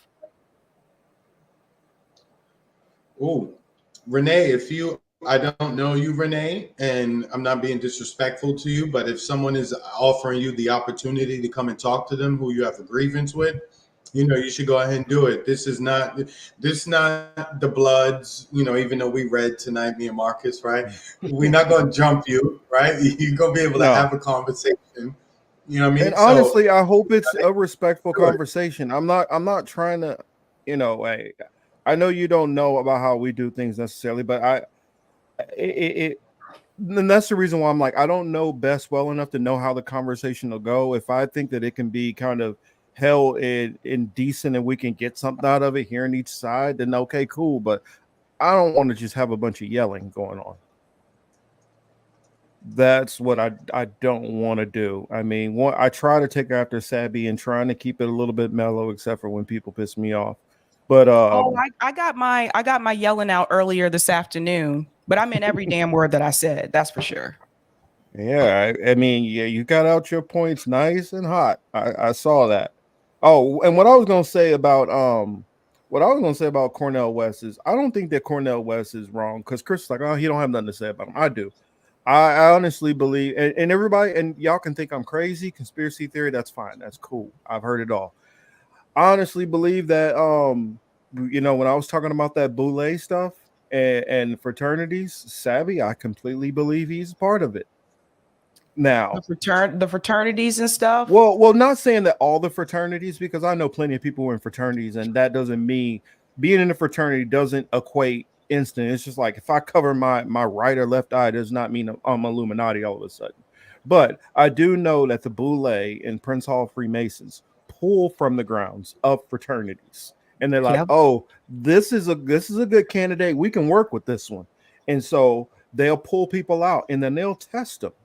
And then if there's somebody that you see and they're having no problem and no beef throughout their whole career, and then all of a sudden they're elevated to a situation like this, I start to question them, because what I was able to find is, out of the CBC alone, almost every single one of them is part at least is part of a fraternity or a sorority. Does that make any sense that everybody is? The only ones who weren't was like Jesse Jackson's son, and then two other ones who, one was taking his grandmother's seat and the other one was taking his father's seat.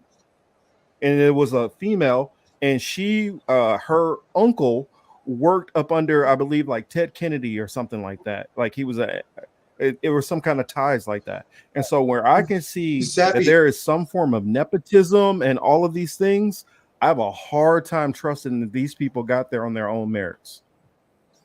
So that also. No, go ahead. You finish, and I'll ask my question after. Sorry. I was just going to tell people, when Marcel Dixon was running against Jim Clyburn, and people were like, why would people continue to vote for Jim Clyburn? Because I went to college in South Carolina, so I used to live there. And I said, like, you have to understand who Jim Clyburn is connected to, because he's connected to the Black church. He's connected to all the Black fraternities and sororities in South Carolina. So someone like Marcel Dixon, even though he's complaining about the fact that Jim Clyburn hasn't done anything for Black people in his district, which is 100% true. Yeah. He has one of the poorest districts in South Carolina.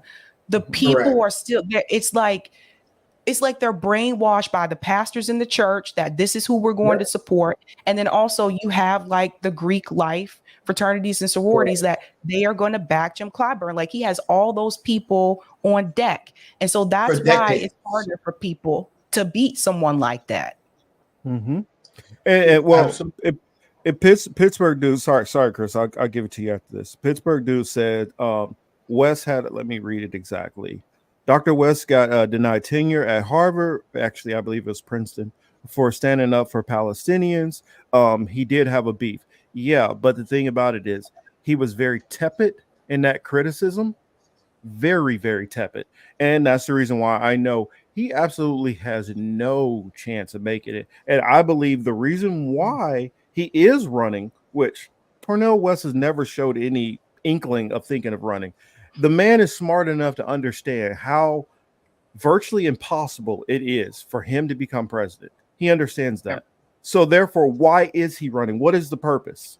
To get back in the graces of those power players. And that's what he's doing. They need it, because I already said Bernie, since they can't run Bernie again, they need somebody to be able to take the slack of who all the people Bernie brought to the table. So what do? There's a faction of Bernie Sanders supporters that lean RFK's way. There's a portion who lean Cornel West's way, and there's a portion who lean Marianne Williamson way.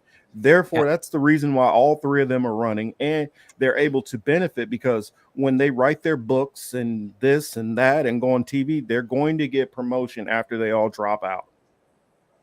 Yeah, you know what else is really interesting too? Because I just saw a recent poll, because more Americans are actually like not feeling this conflict between Israel and Palestine. So like, I'm going to another protest tomorrow here in Boston, but all over the country, all across the world, people are protesting in support of the Palestinian people, not in support of the state of Israel. And I think that's really making like big power players and people in mainstream media, that's making them really upset, because they can't control the narrative when there's masses of people out in the street like that. Yep. You know, Chris, go ahead. Sabby, I'm glad you said that. I'll ask my other question. I'll hold that for later, because you just mentioned something that, like, you know, made my brain tick, tick, tick, tick, tick. With that being said, the propaganda campaign being waged on mainstream media, I haven't seen it like this in some time, probably since right after 9/11, and then obviously right when COVID started. But in terms for this being a geopolitical thing that doesn't actually involve the life and death of American troops or American citizens per se, in that particular way, the propaganda is on like 9,000 times to the billionth power. I mean, again, this is mind blowing. This is somebody from New York who is fully well versed in how this particular group works, how they move, how they operate. But in watching it this time, even I have to like take a step back and say, God damn. So I say all that to say they're getting maybe some of our parents, our older aunts and uncles and grandparents, if they're still alive. But for people who are like basically maybe 50 and below, dog, their shit does not work. And they are scrambling. They don't know what to do. We are really looking at a generational divide here. And the old media don't know what to do. That's why everything is being censored online, because it's not working. So our parents might be like, "Oh my God, they beheaded babies," and then we have to do we have to do the Lord's work and help. And we have to tell them like, "No mom, no dad, no auntie, no uncle, and that shit ain't happen."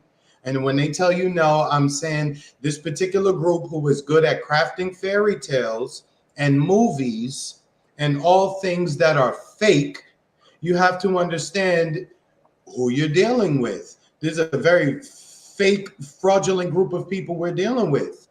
And they have no problem trying to pull the wool over your eyes, and you have to accept that. And maybe being called anti-Semitic comes along with that, but it's 2023 right now. You're hiding behind your religion. You're just a bunch of Eastern European people who have colonial aspirations in the Middle East. That's all we're watching. We are just watching the extension of the colonial project there that started in 1917, from when Balfour sent Rothschild the letter. So this is all we're seeing there. Because what's happened? They told the people go south, they bombed the people. Yep. They were already bombing the people. They already treat them like shit. They calculate down to like the fucking calorie what needs to go into Gaza. Oh, damn, we lost Marcus for now, Sabby. But anyway, they calculate everything for that particular group, right? So they're just ethnically cleansing. This is spring cleaning for this particular group. And I hate to say it that way, but that is what it is, because people are not going to come back, right? People are going to leave, get into a better situation, et cetera, and Israel's just going to annex more of the land. This is what it is. This is why, like, a lot of the conversation, this is why the propaganda is on 10 billion%, because they don't want people to realize, like, oh shit, you did this, you did this, and you're trying to make it seem like it was somebody else. That's it. Sorry, Sabby, go ahead. I was going to say, you know what else is not working the way it used to anymore? This phrase, Israel has a right to defend itself, that's not working the way it used to anymore. Correct. Particularly with a lot of younger people. A lot of younger people like, nah, man, like you guys have been occupying these people. You guys have put these people in an open air prison, technically a concentration camp, if we want to be real, because they're not criminals. So Israel just bombed the West Bank. Now, if they're telling you Hamas is in Gaza, why is it bombing the West Bank? So these are the kind of things people got to pay attention to. So the thing is like that narrative is not working the way that it used to, particularly with people under the age of 35. They were showing the statistics the other day. So my thing is, look, when we went to the protest last week, it was 5,000. They said 5,000 people in Boston that showed up. I'm curious to see how many it'll be tomorrow, considering it's more organizations that put it together for this one. But there's thousands and they said hundreds and thousands of people out in California, in Los Angeles, California.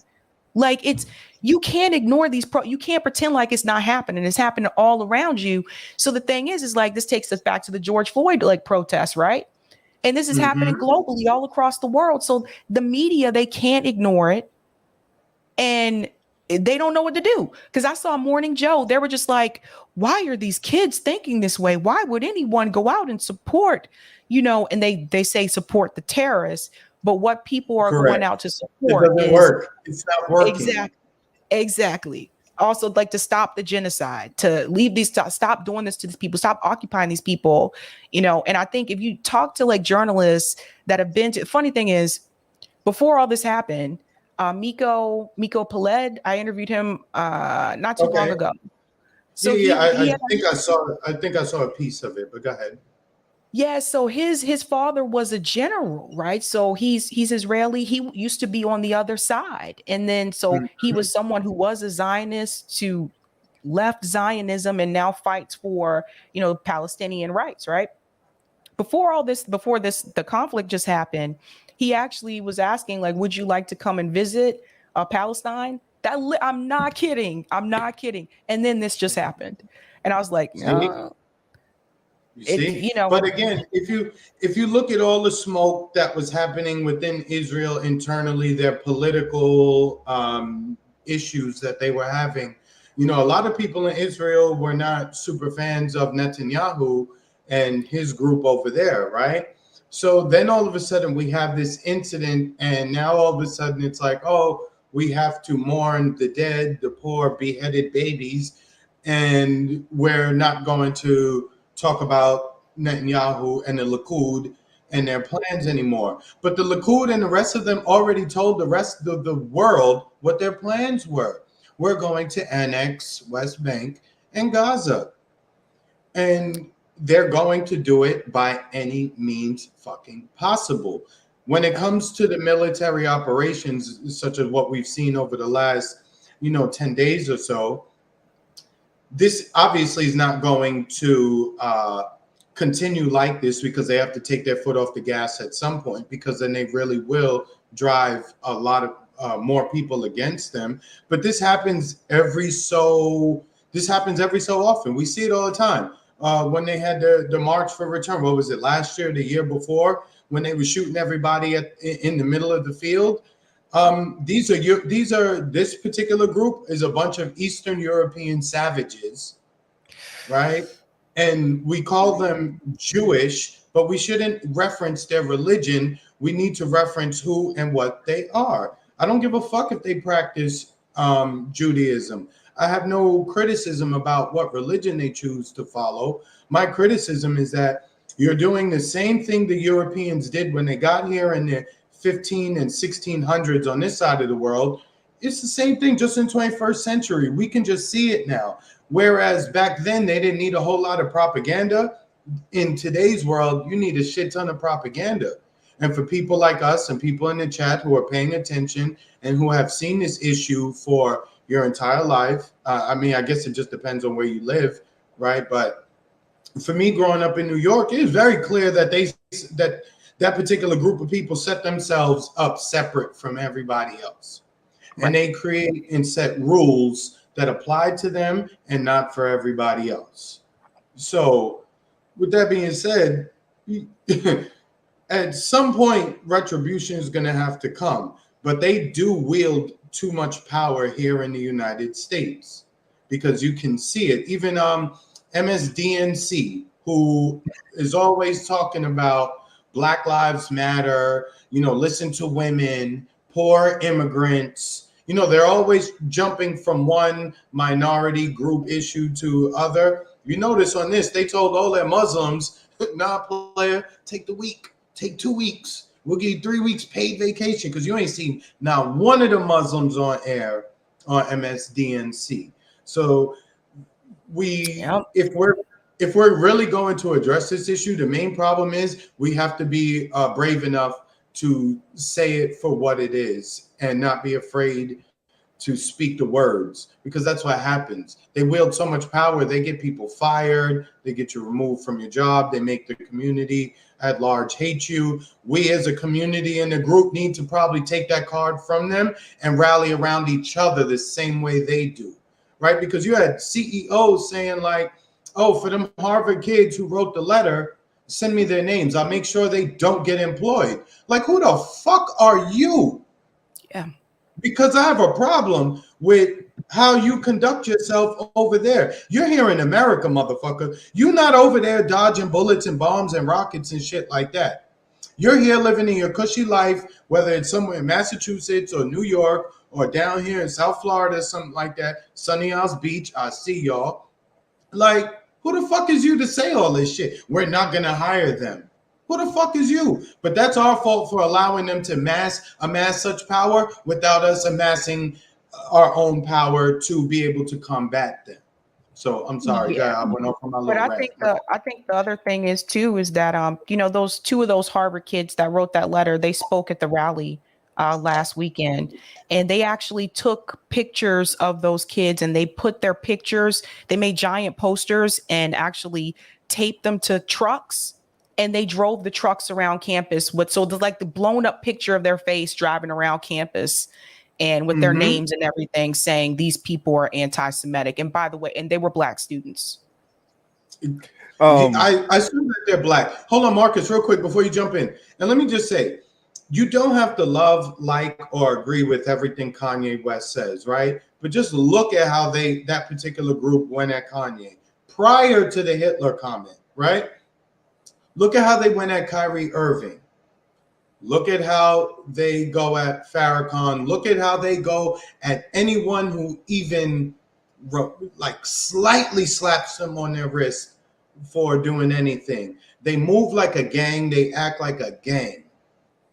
And we have been, because they have so much control over our finances and our daily life, people like really fall back, and then you'll start seeing people say, well, I just pray for both sides. I just do this and do that. No, there's no fucking both sides in this issue. One is a European colonial project, which has the backing of the United Kingdom and the United States, and they feel that they can act however the fuck they want. And for people who don't understand, Israel acts like Tupac when he got with Death Row. Okay? You had Suge Knight behind you. I'm going to talk mad reckless. I'm going to go outside and act mad wild. Why? Because you know that I got Suge Knight behind me, so you're going to fall back and chill. That's exactly what this shit is. But you don't need to be afraid of Suge Knight, because you know what? Even the smallest gun got a little black hole. And I'm not saying you take that for what it is, but there's no need to be afraid. You understand what I'm saying? We are at this point where we don't need to be afraid of this particular group no more. I'm watching that lizard guy. What's his name? Greenblatt. He looked like a lizard. I'm not with the lizard people conspiracy thing, but if you really do look at Greenblatt from the ADL, he really does look like a lizard. And I'm sorry I have to say this because it pisses me off. That's supposed to be the Anti-Defamation League, but they should really go back to their original name, which is the Jewish Anti-Defamation League, because they don't speak up for shit when shit happened to us. They come on TV and they be like, oh, it's sad they mowed down 900 Black people in this church. But that's really like anti-Semitism. And then you pivot to anti-Semitism and you stay there. That's why I have such a major fucking problem with this particular group. And these are Zionists. I'm not talking about Jewish people. Don't be stupid, y'all. Act like you have some sense. Please understand nuance. Okay? You don't always give the disclaimer, so it could be easy for people to not get that what you're saying. No, but I just said it just now, and I'm just saying, if you have common sense, you consider yourself an intelligent person, you consider yourself someone of sense and logic, then you should be able to understand what I'm saying, right? Because I have smoke for every particular group. When I talk about Black people, no one says, yo, you're a racist. They hate niggas. You hate niggas, right? Nobody says that. But when you're critical of this particular government and their policy, all of a sudden now you're against somebody's religion. We got to stop giving them that ground. We're doing too much explaining and not just talking. Because if this was a Muslim country, there wouldn't be need for all the talking. You understand? Shit would be understood, and it would be what it is. It's this particular group, and quite honestly, we need to chill. Like, we all grown-ass adults, we need to stop. All right. I'm sorry. I know that. I was gonna say, I know that Sabby needs to get out of here, so let everybody know where they can follow you. Actually, it was something I was gonna say, but I can always say it later on. But yeah, hold on real quick, Sabby, before you go, Marcus, real quick. This is a question I have for Sabby. Sabby, real quick, let me ask you. in where I don't know if you're in Boston or outside of Boston, in and around Boston, but what does it look like with the migrants there? Are they like overfloating? Are they overcrowding the cities like in New York? If you're in Boston, Not from what I've seen, but when they sent migrants to Massachusetts, they sent them first to like Martha's Vineyard and then they sent them to the Cape. So like I don't go down to the Cape unless it's summer. unless got you. So Okay. yeah. But in and around Boston, you haven't noticed. Have you noticed? I haven't noticed it in and around Boston. I think part of that is because we just don't really, Boston's very dense and we already have like issues with housing. But the Cape has more space. So got you. Yeah. Okay. No, because I lived in Massachusetts for like a year and some change. So I mean I'm familiar with Boston all over the place. I was up in Northeastern BU. Oh yeah, I was all over. And I learned about the hoods.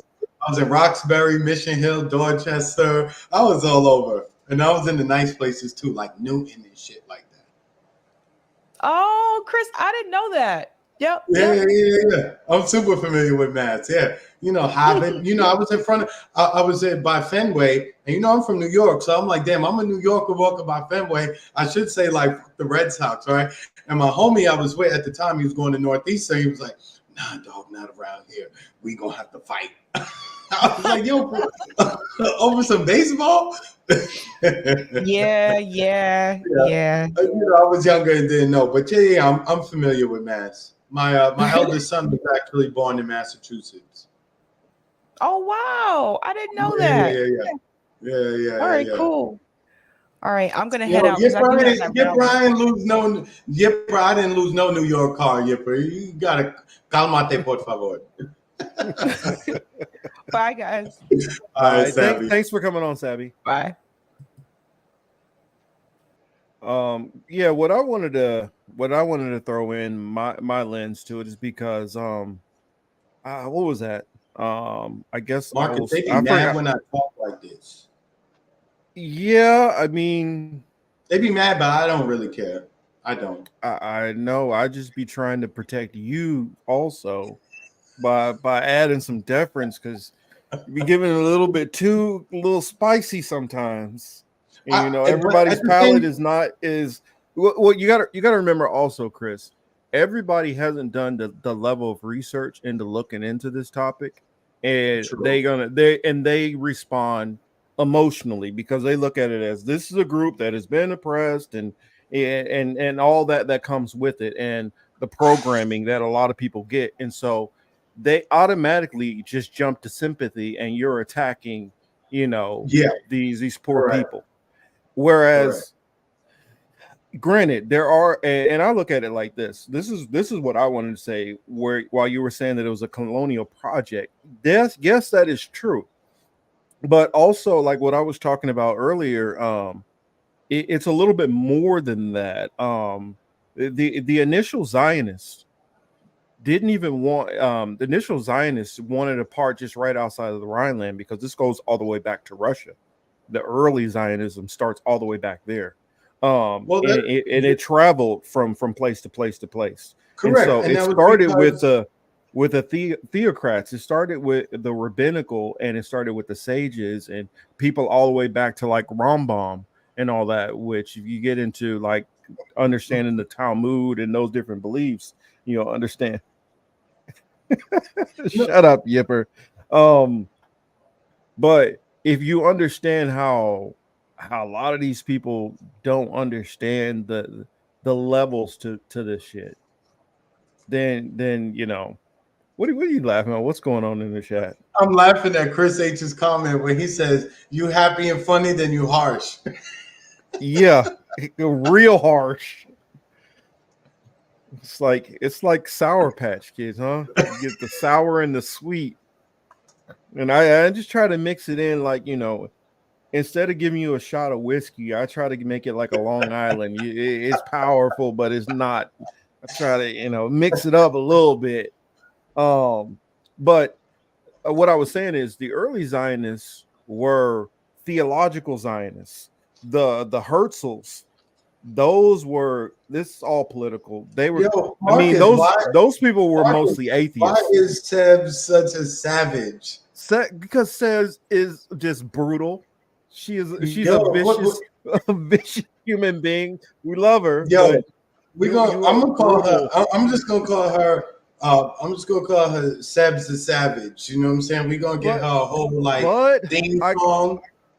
But I gotta give it to her because Seb speaks her motherfucking mind. Period. I mean, she don't. No, I had to learn. I've even had to learn how to deal with it. Like, she don't pull her punches, and it's not even all the time. It's not even a personal thing. You'll think it's a personal thing, but it's not personal with her. It really isn't. It's just this is how she sees it. It's matter of fact. Boom, she puts it out there. And if you take it personal, then okay, then that's on you. But yeah, that is Seb's. Mm-hmm. And sometimes if you're not ready to hear it a little rough or harsh or direct, you might have some friction with her. But Marcus, I did want to say, what kind of pissed me off too about the whole Israel-Palestine outside of the obvious. Like they sending emails from the fucking school, from my son's school, like, oh, please pray for people. And I'm like, y'all don't send emails like this over anything else. Oh, I know. But I mean, like, let me lay out that history first, that background history, because I don't think a lot of people know this, and they need to know this. So we can get us from back then to up to where we are now. Those people, like even like a Theodore Herzl, he was the one who kind of had this. Okay, so we can do this and do that with it. Mind you, there was like he wanted it to be in Argentina. That's where he wanted it to be, or Uganda. No, well, Uganda came later, but he wanted Argentina. That was where he specifically wanted.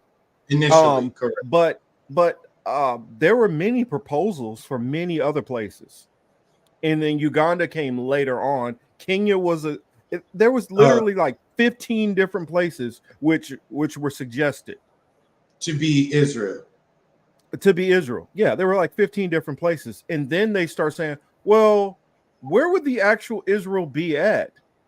And so it happened like the nations, those Western nations, like Great Britain, US, France, they were like, where would actual Israel even be at? And they were like, well, basically be right down here by Palestine. They were like, well, why don't you guys just make that your homeland? And then that's when it got put to, okay, now this is going to be the project. It's going down here. But a lot of the people who fund Israel, not Israel, but fund Zionism, most of them are atheists. Most of them were atheists. I'm talking about even back to by 1913. Even earlier than that.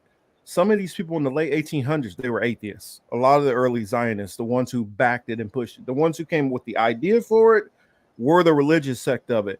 And what you have going on in Israel right now is you have a combination of the two. You have somebody like Bibi Netanyahu, who he don't give a crap about none of the religious stuff. I don't even know if he believes it, but he knows he wants that land because of the strategic value and what they can get out of it. And he hates the Arabs. Period. That's all it's about for him. Then on the other side, you have the Itamar Ben Gvir, those types who are complete terrorist fundamentalists, the opposite of what you see when you think what the media has programmed us to think about, like the Osama bin Ladens. He is an Osama bin Laden type. He's living the caricature of Osama bin Laden. You know what I'm saying, Chris? He's not really like Osama bin Laden. Knows people didn't really think like that, but the media has to make this bad guy look a certain way. And so now you have a combination of these people who are literally trying to force biblical prophecy, and people who want the land. And so you have this combination of the two, which are working together. And the ADL is just the political and muscling arm of it, and AIPAC and all of this all works in concert together. But there's only a small percentage who actually even really believe it's forget the Holy Land or the Bible. It's only a small percentage of them that even care about any of that stuff. Most of them don't even believe there's a God, period. So how can you even believe that God bequeathed this land to you? You don't even believe it is a God. There's only pretty much like, as far as, especially like the governing body of Israel, I would say it's probably 50-50. But the mass population, it's probably like 75% of them don't even believe in God. 75% of them are like atheists. Correct. And then 25% out of that 25% that's left, you got a big chunk that's kind of faking the funk, who's kind of half-ass doing it. And you got some who are Christians, and then you got some who are the complete fucking nut jobs. But they got their red heifers, and they're trying to fulfill this sacrificial crap that's in the fucking Talmud. And that's what this is about for a lot of these people. And so, Jason, that's what it reminded me of. Jason's comment earlier. He said, could it be a false flag? I believe it is a false flag, as in we can't trust any of the numbers. Marcus, any numbers that are coming out. Hold on. Here, I'll say this last part. We can't trust any of the numbers on either side that's coming out. We can't trust none of it. But what I believe is a false flag is, I believe it is very possible that Netanyahu, if he didn't coordinate this attack or just flat out allow this attack, he literally allowed plenty of his people to basically march into their own death, just so that he can use their death as a justification to do what they're doing right now. So, Marcus, there you go. No, you're straight. Again, it's like 9/11. The United States military could not have been in Afghanistan and Iraq in the capacity it was. Damn, Yipper. Damn. He had one that used to call him a narcissist all the time. Oh, I know, right? Oh, yeah. Narc. Oh, he's such a narc. Anyway, that was funny, Marcus. But anyway, no, I'm saying, just like the U.S. military would not have been able to establish such a large presence in Afghanistan and Iraq, minus 9/11, this is the same issue here, right? You would not have been able to kill these people, get them to move, and to clear out the land without you being attacked. So sacrifice is a huge part of the agenda. Mm-hmm. You know, again, look, I ask everybody, I'm like, damn, or not ask, I say, I'm like, damn, everything that happened is what Israel's been wanting to do forever. And they've expanded it to now even dropping a few bombs here and there in the West Bank. Again, you can go back and just look at their words from 6 months ago, a year ago, 3 years ago, etc. You go back and look, they've been outright telling you we're going to take the land. And regardless of whether the people are there or not, we're going to take the land. And this is not about a two-state solution. There will never be a two-state solution. That was always that's just a talking point. Because if you are listening to the Israelis, they're talking about mow them down, get rid of them. Yeah. Israel doesn't seem like it's coming apart at the seams. They're just beefing, just like how we're beefing here politically. But, you know, once you get a war, then you get all these idiots on the same fucking page, just like it did with us after 9/11. So now they're more united, even though they're like, oh, we have an issue with Netanyahu, but you know, we just got attacked, so you know we gonna ride with him. Yeah, I got something I want you to share. I don't want to try to pull anything up because this has been giving me so much hell. But yeah, I took this video. Now, granted, this video is up on another channel. Hold on, I'm trying to go to X to send it to you. But I didn't get it yet. All right, I just sent it, and the one that's on YouTube, it's not translated, and it does not allow you to translate it.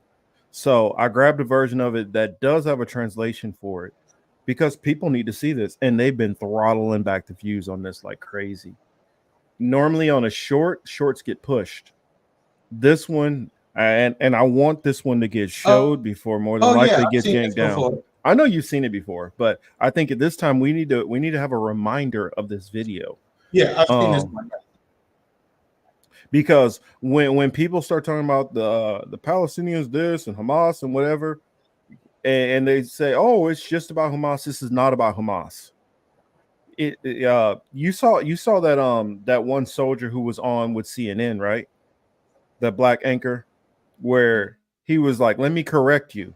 This is not just Hamas. This is basically a war against all Palestinians. I sure did. Okay, you want me to hit play now?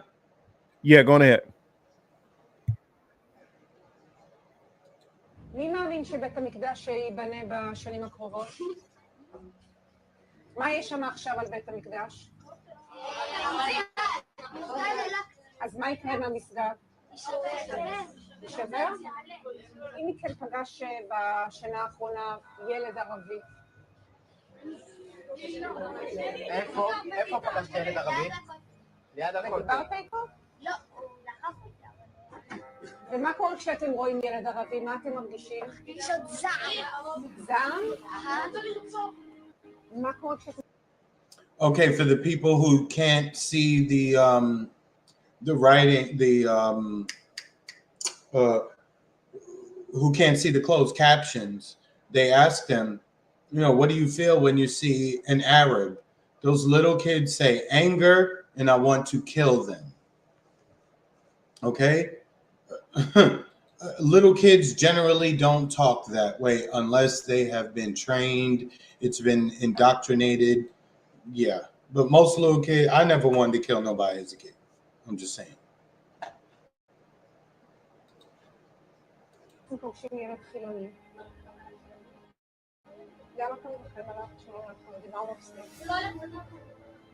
כשאתם חושבים על ירושלים בעוד 10 שנים, כולם חרדים?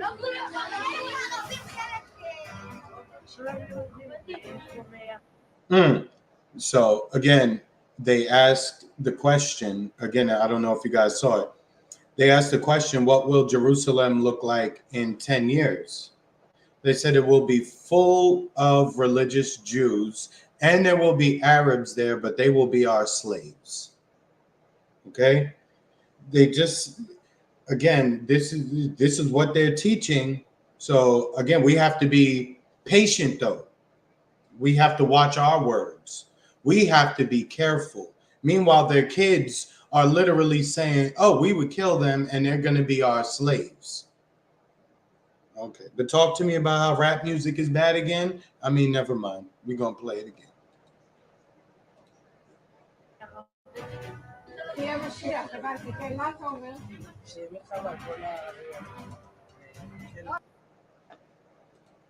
So that was the end of that video. Marcus, go ahead.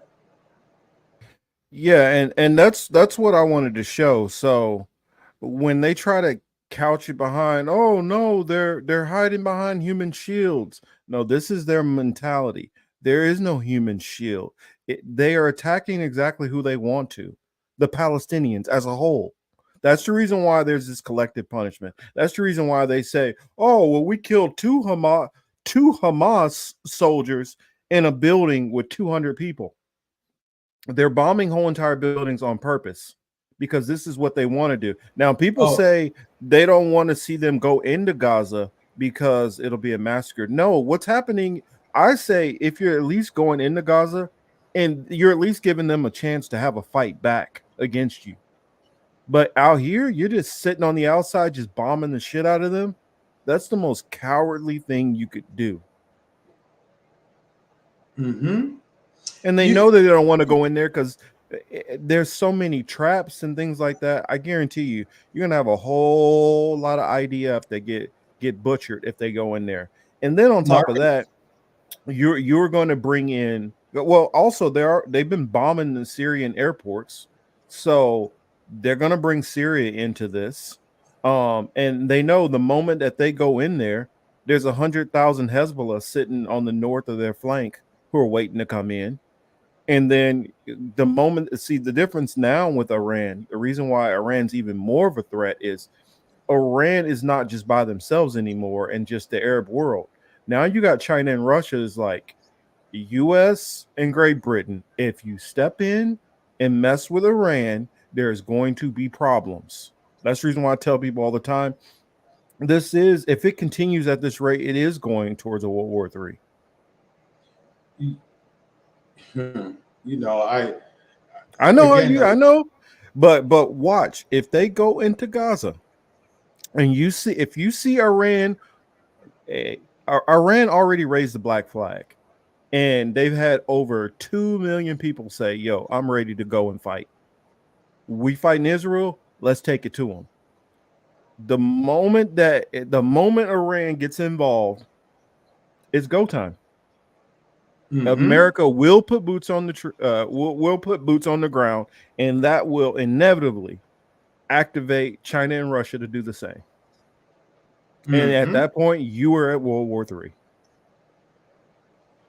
But Zelensky had no problem begging for World War III.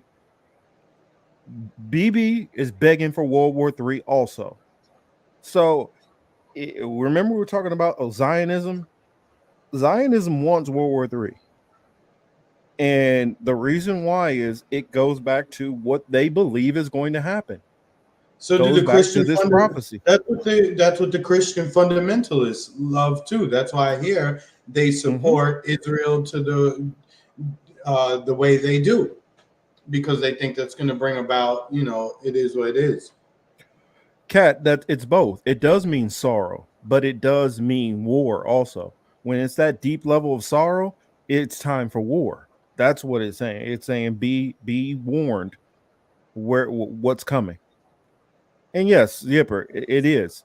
It is a supremacist, and people who say, "Oh well, Judy," they say, "Oh well, it's just our faith, our religion." No, the one thing, like when I hear people try to say, "Well, it's just your religion," Judaism. Now, granted, they do have converts, but Judaism is not the same as Islam or Christianity or Catholicism. Those have nothing to do with your ethnicity. This specifically is about your ethnicity. You know, two things I want to say, Marcus. When people are saying, "Oh, Jews have been there, Jews have been in that land for thousands of years," I want to say to them, yes, you are correct. Followers of Judaism have been in that land for a long time. You are correct. You Eastern Europeans are not that particular group. At some point, you made a conversion, but you are not of the same people.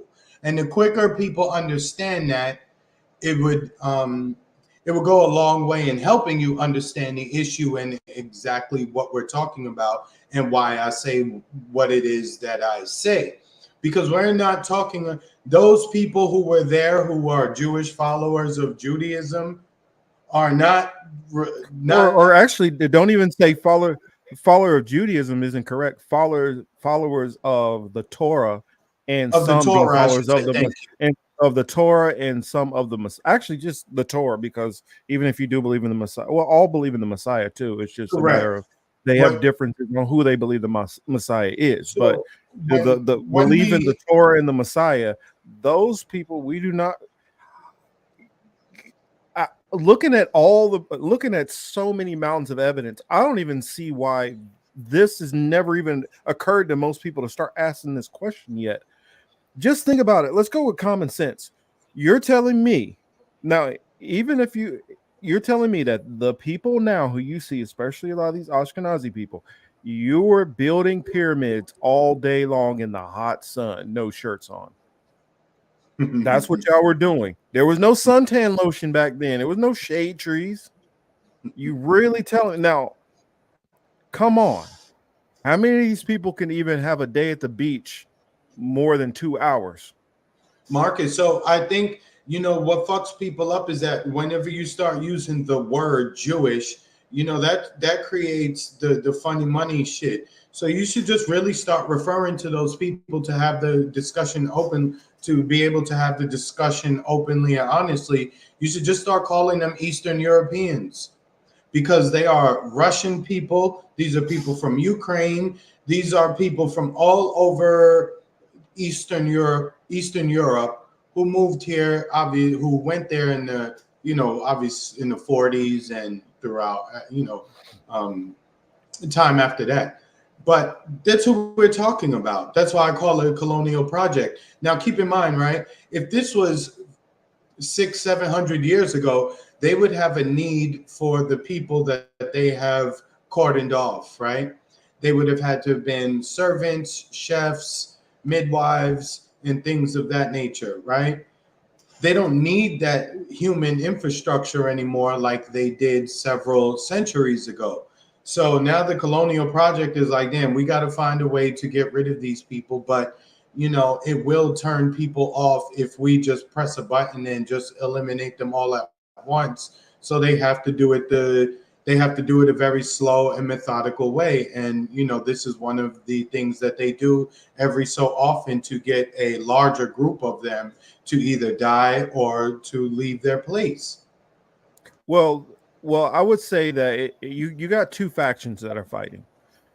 You have the let's just say you have the Netanyahus, and on the other side you have the Naftali Bennett's, or even say Benny Gantz. Netanyahu wants to do it also, but he's trying to do what he can do and still try to balance out. How many of y'all played what is it, Vice City, right? Grand Theft Auto. Mm-hmm. You got to make sure you don't get too many stars before all the you don't want the boys in blue coming out and the choppers and all that. And so what do? You do as much as you can before your stars get up, and then you let them call, and then you fall back. That's what BB's been doing. But Naftali Bennett, Benny Gantz, Ben Gavir, they don't give a damn about that, because they believe we can do whatever and the Messiah got our back. They really believe that.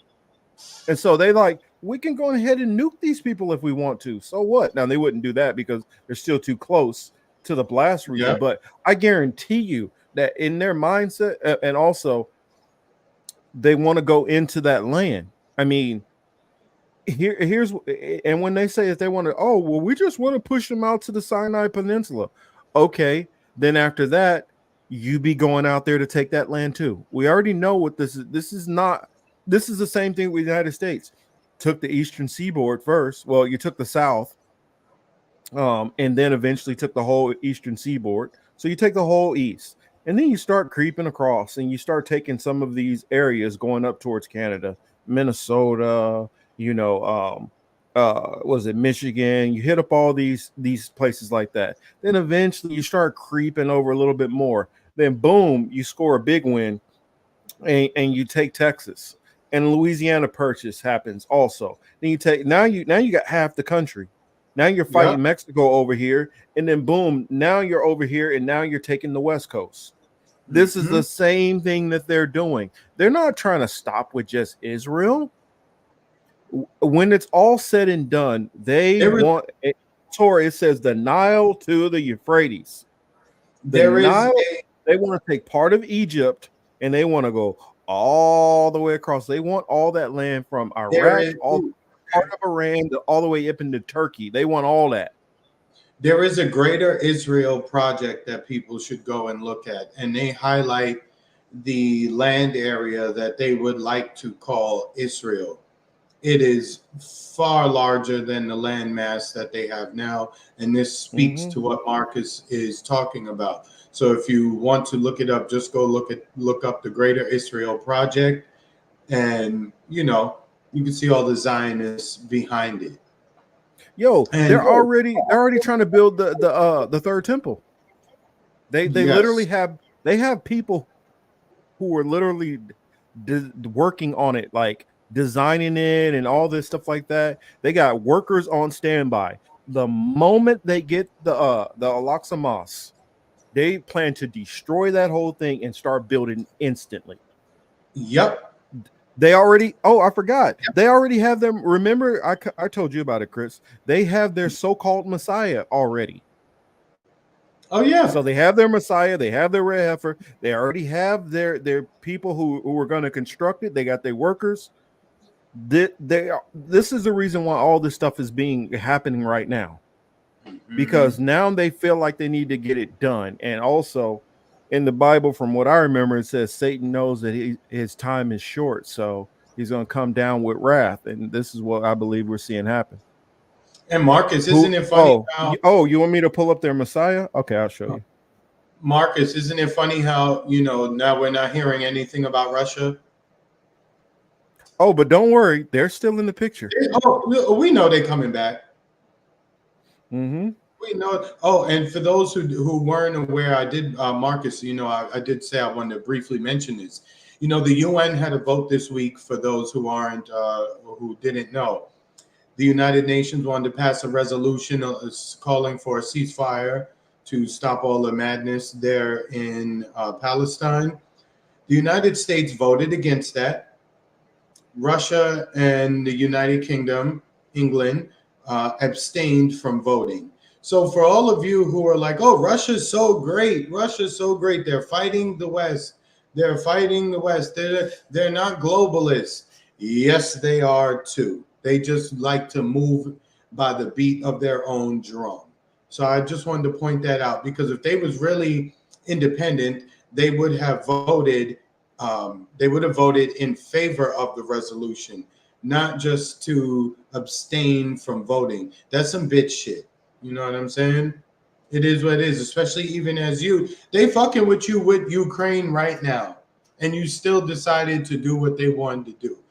Yo, the world's a theater, y'all. Don't get too emotionally caught up in the shit. You know what I mean?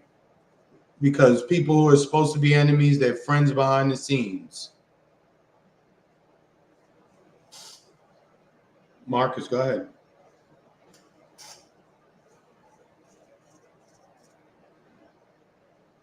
Yeah, I was trying to see if I can find that video. In fact, he has a YouTube channel, believe it or not. He literally has a YouTube channel. I thought it was only, dang, time flies. I guess this was maybe what was it, like 9-10 months ago that I covered this. I think I covered it on Hebrew Apologetics. That's probably why I didn't hear about it. And that's when I was talking about the red heifer and the ceremony and the Temple Mount and all this stuff. It says a month ago, alarming Israel's Messiah performing insane miracles. There it is. And Pretty. There we go. I'll put it on the screen. And Pretty says all wars are fought over land and resources. In this particular issue, it's not even a war. We can't even call it a war per se, right? Because it's not two standing armies. This is one group deciding not to completely erase the other group. And there's obviously some opposition. There's some pushback. But I can't even call it a war. And they really do want the land. I don't know how much resources are there on the land, but they really do just want the land for their people. That's it. See this guy right here, this young guy, they consider him their Messiah. So it's just a matter of him being unveiled to the world. But this I thought I was the Messiah. That don't look like me. Y'all want me to play it? I'll play it. I'll play it. And I'll be right back.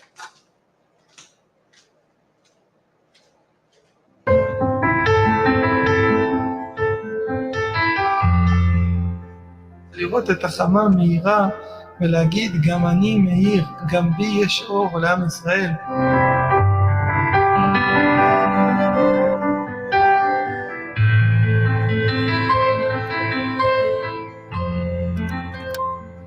אנחנו לא יודעים מה התועלת שיש בכל אחד, אנחנו לא יודעים כמה כל אחד עצום.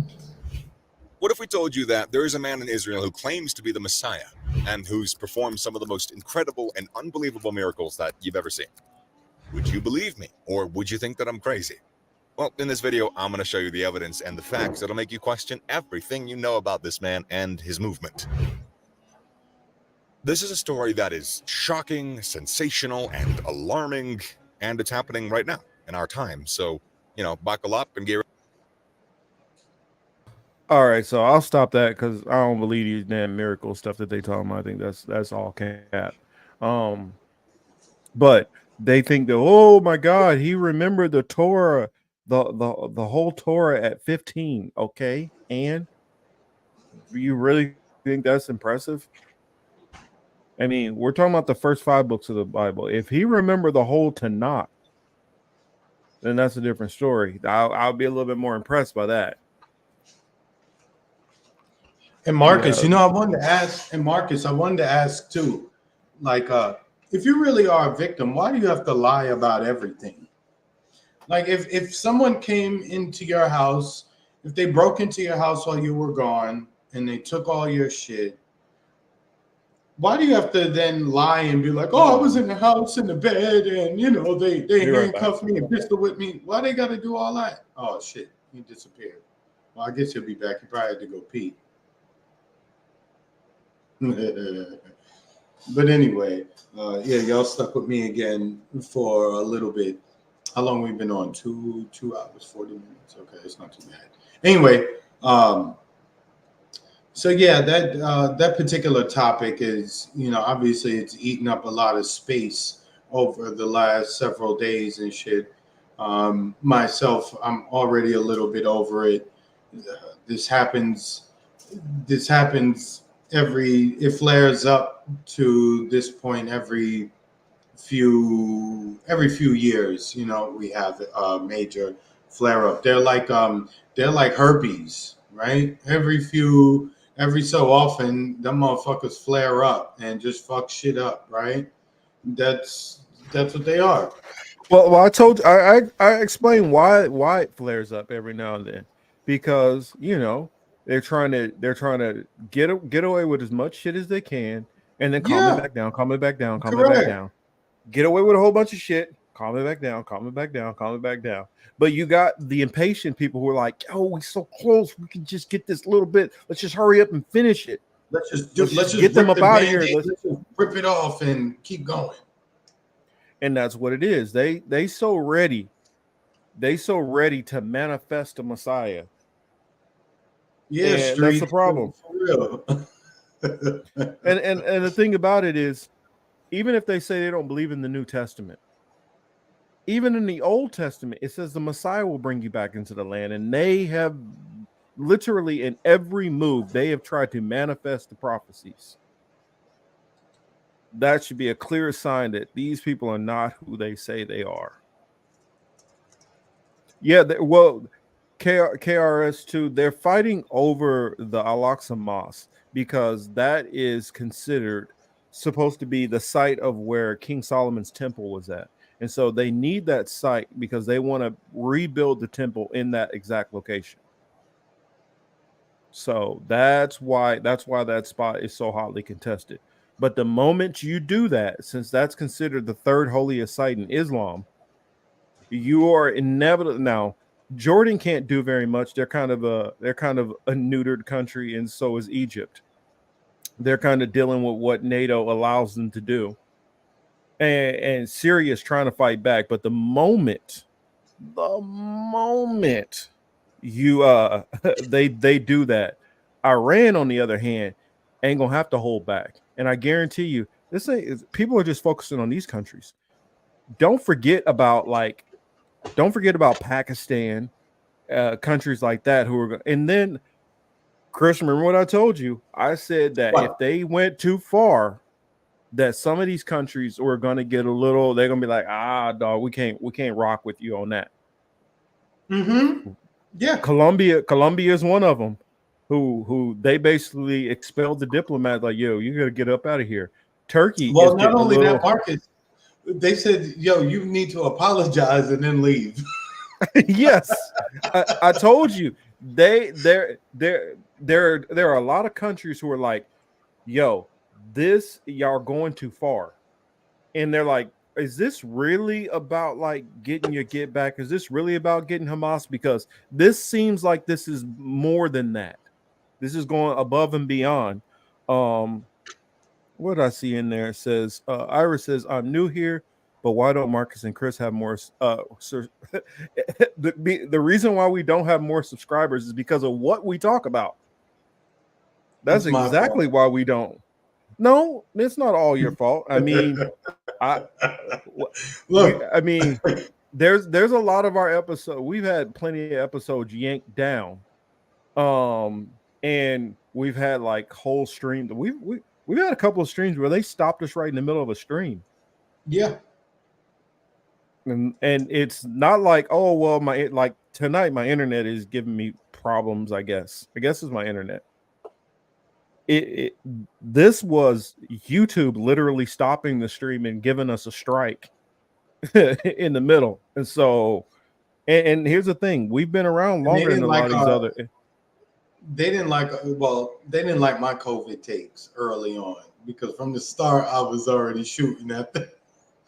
Yeah. And then we had that other person on who was just, she was super reckless.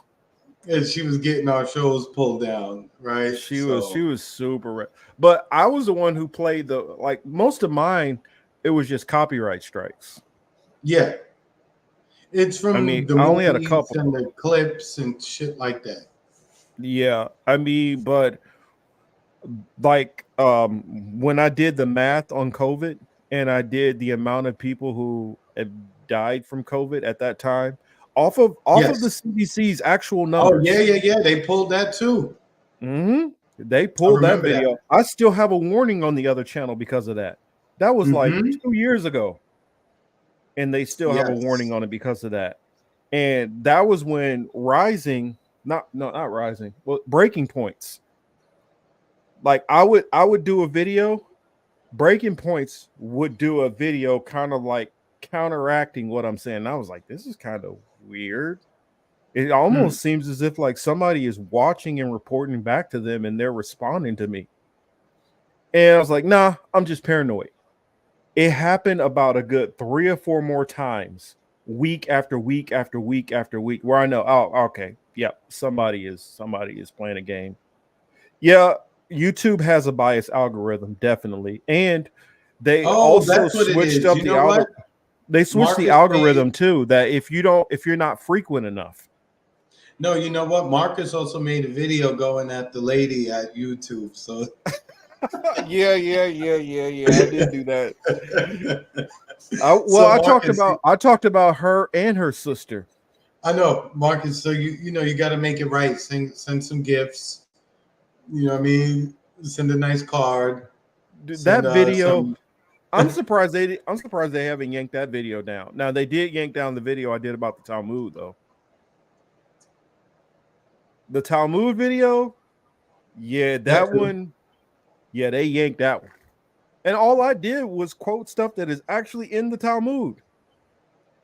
Yeah, Zionists don't really like people to, talk about them too much. And they'll do everything and anything they can to control the narrative. I'm just asking for people to put, 2 and 2 together. The people who control, Hollywood, right? They are good at what? Spinning fantasies, narratives, and stories and narratives, right? That's just keep that in mind for what we're dealing with on the world stage as it relates to the latest geopolitical episode. Oh, Kaladin. Kaladin says my head is still spinning over the Black Fraternities episode. Oh, wait till I finish compiling the list of the rest of the Congress members just in general, and show you what that list looks like, and show you, because it's not as easy to see it through fraternities, where you'll see it is this person connects back to this. Like, I'll give you a perfect example. Kennedy, for instance, right? We all know that he's JFK's nephew and RFK's son, right? But where does Kennedy come from? What if I told you that Kennedy's bloodline actually goes back to a Irish smaller royal house called the O'Kinnaid Fiones. Yeah, but they just call themselves Kennedys now, but they're the O'Kinnaid Fiones. A lot of people don't know that they were a royal family. So and then they just migrated here, and then I mean Susan Collins, for instance, she traces all the way back to the Collins families, who were very influential in politics in Ireland. Spell it. Let's see. Was it O apostrophe CINNIDE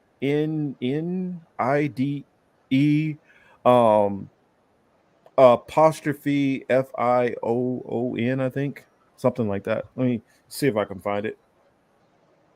Where do you find all this stuff? Is fascinating. When you a lot of researching and a lot of different books. Look, when you go down the rabbit hole and you get to, there's a lot of there's a lot of ways, there's a lot of stops on the way down the rabbit hole, right? Well, another thing is some of these people, even if you just look, some of these people, even if you just look up like their Wikipedia and just look back, who is their father?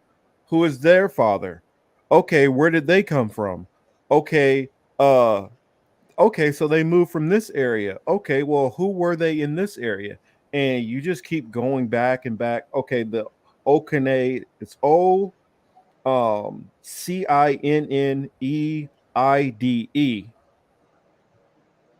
And that's what it is. You go back and you start tracing these names back to who they were before that, and who are these people's ancestors.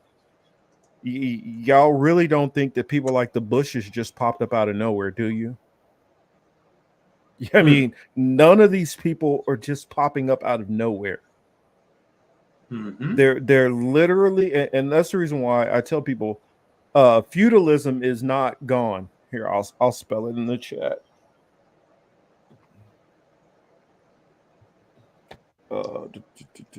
Yeah, feudalism is not gone. They just disguised it as democracy.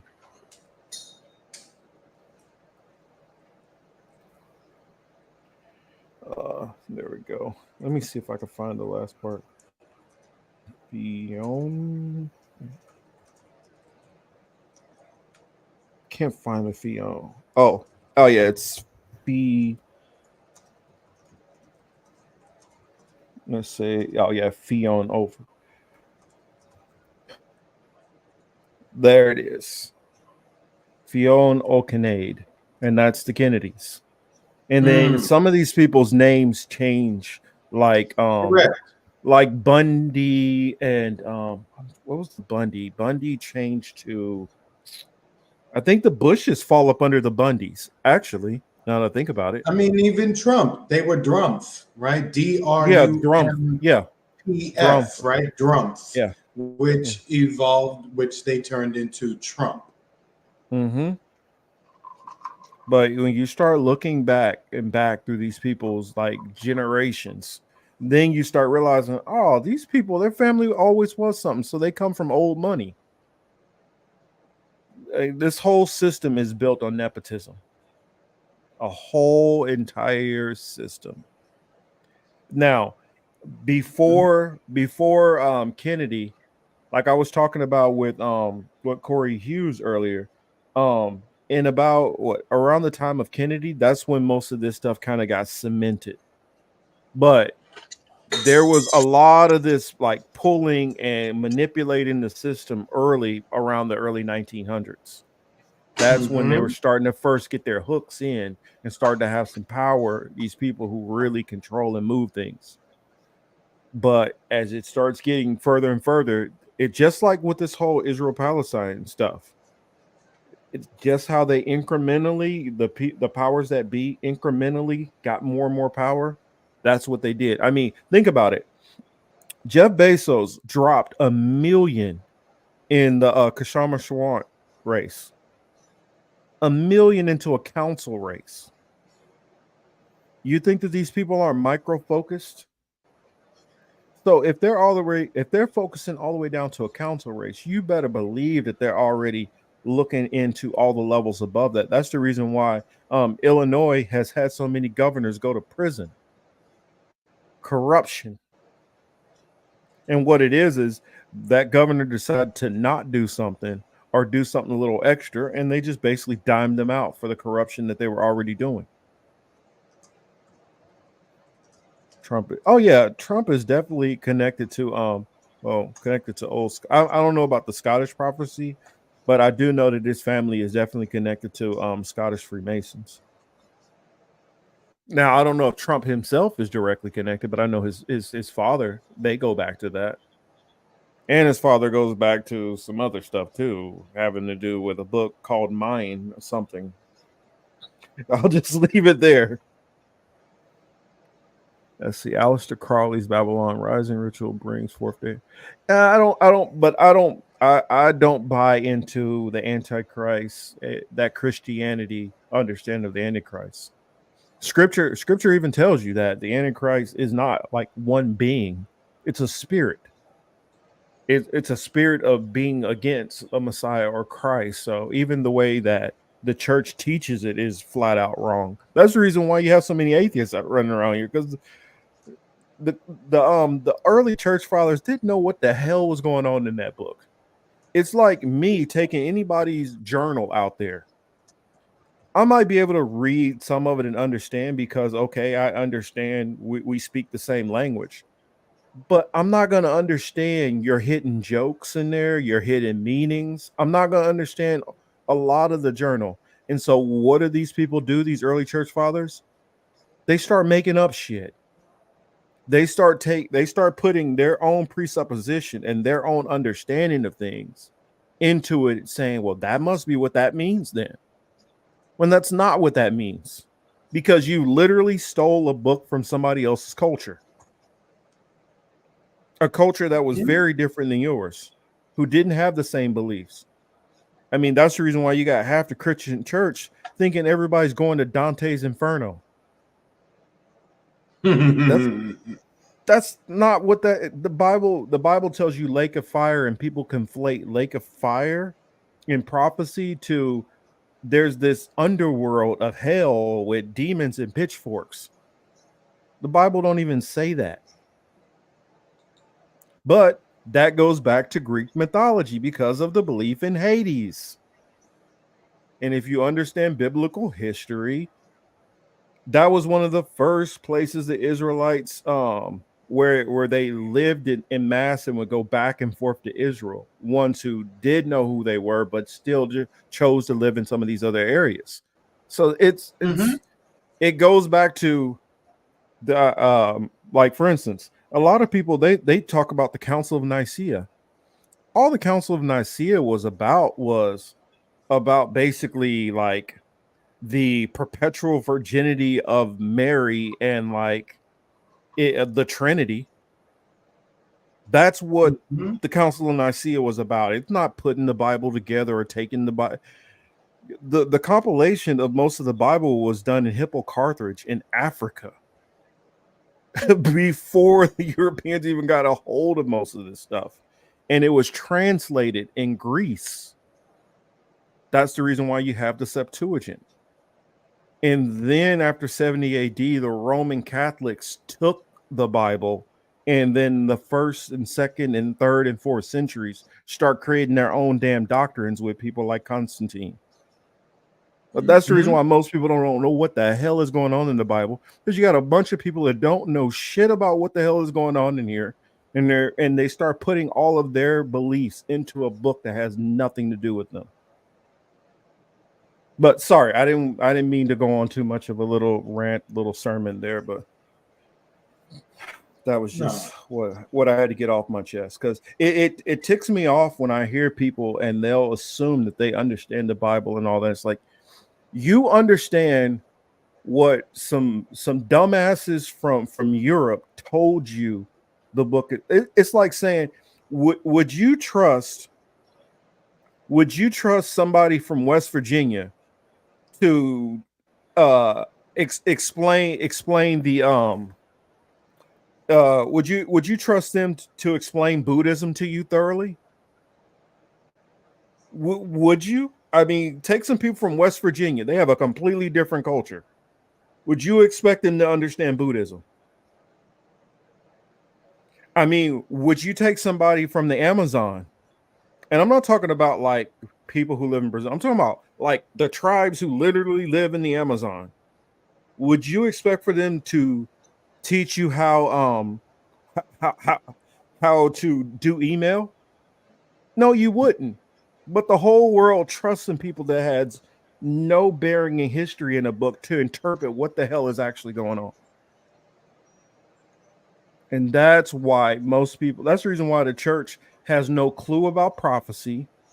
And that's the reason why when it says, if you bless Israel, you'll be blessed. If you curse Israel, you'll be cursed. That's the reason why they spend all their time blessing these people who aren't the actual even Israel. Mm-hmm. Shut up, Yipper. Oh man. Khalidine, what you have to do, well, I'm not gonna tell you what you have to do, but what I do is I spend a lot of time doing biblical comparisons, and I actually spend a lot of time looking up the translations in the Greek, in the Aramaic, and trying to look back to some, because they have some of the ancient manuscripts. They're able to actually look those up, and through looking those up, you can you can tell they got this part all the way wrong. Shoot, I froze. Marcus, you froze. Yeah, I figured. I can hear you, but it's about to lose me. I can tell. I don't know. It might bring me back. We'll see. Okay, there we go. Yeah. You can get some good stuff in the Targums. But the problem is you have a lot of people who are Wesley, he just took a big shot at you, man. Wesley said he got beef. Well, he said that they used to. I know what he's talking about, but we've been doing a little bit better than the Niners these days, so I'll let it slide. Look, Wesley just said, the Niners go to Kansas City to eat, kid. Like, well, we had Joe Montana come out there. We've had I think DeBerg played out there. We've had a couple of old Niners come to the Chiefs. Yeah, I don't. Wesley put on the vest. He got some heavy artillery, and he's taking shots. So Marcus, you better be ready, because the 49ers that actually look like they might be world beaters this year. We'll see. They just lost McCaffrey, so I ain't hearing that. We'll see. Oh, yeah. See how they play this week. Chris H says, but Martin Luther, he translated the Bible from the Roman Greek. No, he didn't. All he did was he criticized the Bible from the what is it, the Latin Vulgate. He didn't look into like the Textus Receptus or any of that stuff. He just looked at the Latin Vulgate and he decided, well, I don't think that this works, and I don't believe in this, and I don't believe in that. And so he just started literally yanking stuff out of the Bible. That's the reason why that like a KJV 1611 and like a Septuagint and like a Geneva Bible, all of those have 80 books in it, and the typical Christian Bible now only has 66, because that came out of the Protestant Reformation, and Martin Luther is saying that he didn't believe in those books. So his followers later on took all of that out of the Bible, and therein is what most Christians are basically followers of Martin Luther and don't even realize it. So when things don't make any sense, it's because you're not even reading the whole damn book. Oh, he said he ain't watched football in 30 years. That's what he's talking about. He's talking about Joe Montana. Joe Montana came to us to retire. Yeah. Mm-hmm. But yeah, that's I mean 30 years. But Marcus, speaking of football, I don't know if you've been watching it. Yo, it has been, it's been horrible. Horrible, the NFL. It's been pretty sloppy. It's been very sloppy. With the fake shit, the shit that is obviously should have been called and isn't, and the shit that is obviously isn't called but should have. Yo, it's bad. Like that whole time. Yo, they can't seem to take Taylor Swift's dildo out. Oh gosh. Well, I don't mention that name here. Don't mention that name. It's ridiculous what they're doing. But not for real. Yes, Chris H. The Latin Vulgate does have translation problems. They throw a bunch of words in there that are the Texas Receptus is better. But as far as the English translation, well, all of them are going to have flaws in it. For instance, they put Easter in the Bible. Easter was, let me calm down, because that's already showing some of their pagan beliefs and all that are being put into the Bible. It's supposed to be Passover there. Easter actually goes back to Astara or Semiramis, and that's going into Ishtar. That's going into some, that, like I said, them putting their going pagan into the beliefs Babylonian belief system. Exactly. So that's not correct right there. There's so many things that they do wrong, and they were and part of it what the Romans were doing is they realized how that book was so influential on the Israelites. And they were like, okay, this is a book, man. All these people, they live by this. This, like, they really believe this thing. So why don't we just take it and we can get our people to believe in it? But it didn't take right away. So what they did is they took certain things from their belief systems and said, see, this thing right here is kind of saying the same thing.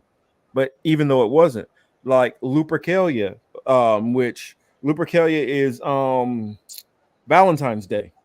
Valentine's Day was actually considered like a biblical holiday in the Roman period. Even though, if you guys knew what actual Lupercalia comes from, well, basically it's like sex orgies. They literally, my Valentine, they would literally pick somebody and go and mate with that person. But that was like, a lot of these different holidays actually come from something. Like they literally do come from something, like Halloween that's coming up. They believe that you needed to they would dress up, people would dress up in different costumes and stuff like that, and they believed that was reminiscent to the evil spirits that walk around. And if you didn't present those spirits with some kind of gift, so a treat, then they were going to give you some kind of trick, and they believe they can put all kind of evil spirits, and it's a lot that they believe with these different holidays. And these holidays all went into an actual real belief system at one point in time. I mean, even Yule log, some people says the Yule log has to do with, sacrificing children. So a lot of this stuff has meanings, and they all just shoved it and shoehorned it into the Bible. Mm-hmm. Yeah, I'm sorry, I went on another one of my little rants. Christmas is Yipper's funny. Christmas is Jesus' birthday. I mean, the irony of it is, if you understood, it all comes back Passover, around, it all comes back and around. Passover, his death, all that stuff like that was all around the time when he was supposedly born. And if you look at the time when he was born, there's been no way that he would have been in a manger out in the snow. I mean, come on. And it talks about like the time when grain and stuff like that was being taken in. So you could tell that it obviously was around the springtime when he was actually born. So that whole December 25th stuff, that's to pair up with Mithras and what is it? And like the winter solstice.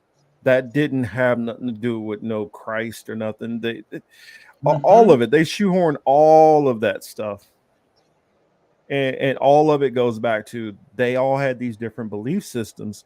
And how did they get all of these people to now willingly adopt this new religion that they're bringing in? by taking all their old religions and saying, see, it's all part of it. See, it fits in there. Even was it New Year's? They even tied New Year's to the Bible. And New Year's actually traces back to Janus, which was like a Roman ruler, which it used to be like the old man looking one way and the young man looking into the future, and that goes back into making people into gods. And I mean, all of this stuff ties back to some kind of religious practice. Snow meets cocaine. I know. I was laughing at that too. Gipper is a fool, man. You're a fool. I swear, man. If I'm ever in any of you guys' cities, let me know. Especially Yipper, I want to have at least a beer with you. Yeah, I'll be I did. outside, so Well, because think about it. It's supposed to be the new year. It's not the new year. Also, the calendar is a Hebrew calendar is different than all of these the other Roman calendars. Catholic, than the Roman Well, Catholic calendar. and there have been multiple Roman. We're on basically the Julian calendar, which goes back to Julius Caesar and him making a month for himself. How does But what would you astrology like? tie into Champagne, this? wine, what? Yeah. Like, what do you want? A bottle or something? Because you said beer is cheap. Yeah, I mean, all of this stuff all ties back into something. Just know that all of it. I did a video about the whole New Year's Eve stuff on Hebrew apologetics. And really, I didn't even have to do the video. I didn't do a video. I basically trimmed down a video that someone did. They did a great job, and so I kind of edited and did this and cut certain stuff for time, but got it to the point of like all these different calendars, how they've changed, and added like January Marcus, wasn't a month. Marcus Caledon asked, how does astrology tie into this? They just took the astrology and made that into something They else. made that shit up. That's where they literally made that up, and that goes off of their different gods. And they would say that these different solar, I'm not solar, but these different galaxies that you're seeing up there, that's Aries right there. See how it looks like this, and Taurus, you see it looks like a bull, and they literally made all of that shit up. Now, like NASA. Yeah, NASA or Nassar, which means deceiver. Yeah, correct. When you tell people what those things mean, you know what I mean? Like, and well, Steve Breedlove, the Hebrew calendar and all like the feast days and Sabbaths were all based off of the moon. It was all based off of a lunar calendar, and also Hebrew calendar. There's 30 days in every month. There's only 10 months, I believe. Well, no, I don't know. Well, no, I think it might be the full 12 months, and then on a certain month you have 13 to make up for the months, and then there's 360 Hebrew days. I mean, 360 days in the Hebrew calendar. So, like the earlier calendars, some weeks would have like 13 days in 1 week. But the Romans was doing some weird stuff. Chinese calendars is something different. They were all doing weird stuff, and you know what, Marcus? I'll be right back. I'll be right back. Like, go ahead, you can take it, Chris. Yeah, all right. Yeah, they were all doing weird shit. You know, a lot of their weird shit is based on their sexual deviancy, shall we say. You know, they would leave one group for another because, you know, they want to do certain things. I'm talking about the average person, right? That's how this stuff gets lasting power, not because someone on high said it, but because the people who they said it to actually believe it and carry on and stuff. And You know, they keep the traditions, they keep the customs, and that's why we here where we are. Anyway, like we're 3 hours 15 minutes into this. I'm pretty much ready to wrap it up. I'm gonna wait for Marcus to finish up. I really don't have anything else that I want to delve into at this particular moment, but obviously there's a lot of there's several issues to discuss, and I just want to remind people the best time well, not the best, but an important time of the year is next week. Basketball season starts next week. I know this is a chat full of NBA fans here, and I know you guys are super excited, like I am. But I'm super excited. You know that's one. I don't watch much TV. I do watch my basketball. I really do love and enjoy basketball. Marcus, we were talking about football. Going back to it, yo, the calls have been trash, kid. Yeah, of course. It's and it's so obvious where it's like, okay, you want this particular team to lose or you want this particular team to win. You know what I'm saying? Remember I told hey, you. Jason, we're not going to Mrs. Shakur right now. remember what they did during the pandemic. Oh yeah. Well, think about it. It only like one time in history had a team won the Super Bowl in their home stadium, and you just so happen to have 2 years in a row that happened back to back. You had the Tampa, the right? Bucks. Yeah, the Bucks won it in Tampa, and then the Rams won it in LA. Won in LA. And it just so happened to be a new franchise and the Patriots just getting to LA. And the Patriots won it right after a terrorist attack. I mean, the Patriots. Come on, think about it. I always thought that was ironic. Like, really, them? Okay, whatever. Mm-hmm.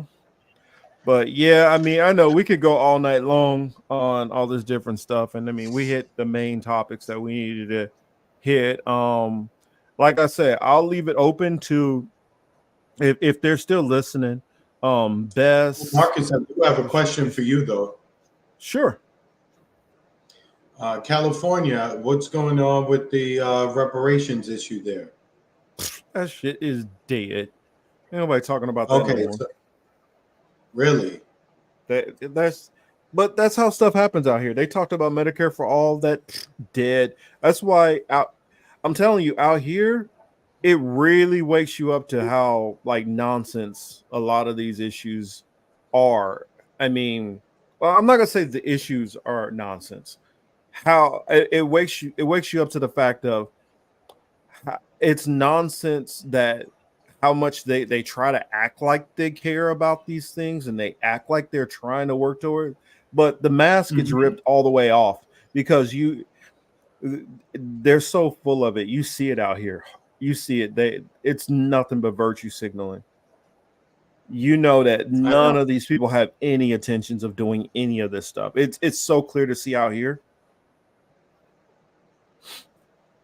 Yo, and lastly, Marcus, you see all these white folks saying that George Floyd died of an OD and not from the knee on the neck. Yeah, that was Candace Owens was pushing that. Oh, I didn't know where it had started from. All right. Well, it came from all right, peace. It came from some documentary that somebody did, and Candace Owens was pushing a lot of it. And then around the same time when she was hanging out with Kanye all the time. Got you. So basically they was saying like he died from the OD and not the knee on the neck. Yep. But have you noticed Candace kind of been on the bench lately? I don't know. They ain't really. I don't know. Maybe Ben's like, yo. Did she have a baby? I don't know what's going on with her. I just know that we ain't hearing her run her ratchet ass mouth. Yeah, I know. It's been a minute. It's good. She need to shut her. That's right. We're not supposed to talk about our people like that. Hey, So certain people just need to shut the fuck up.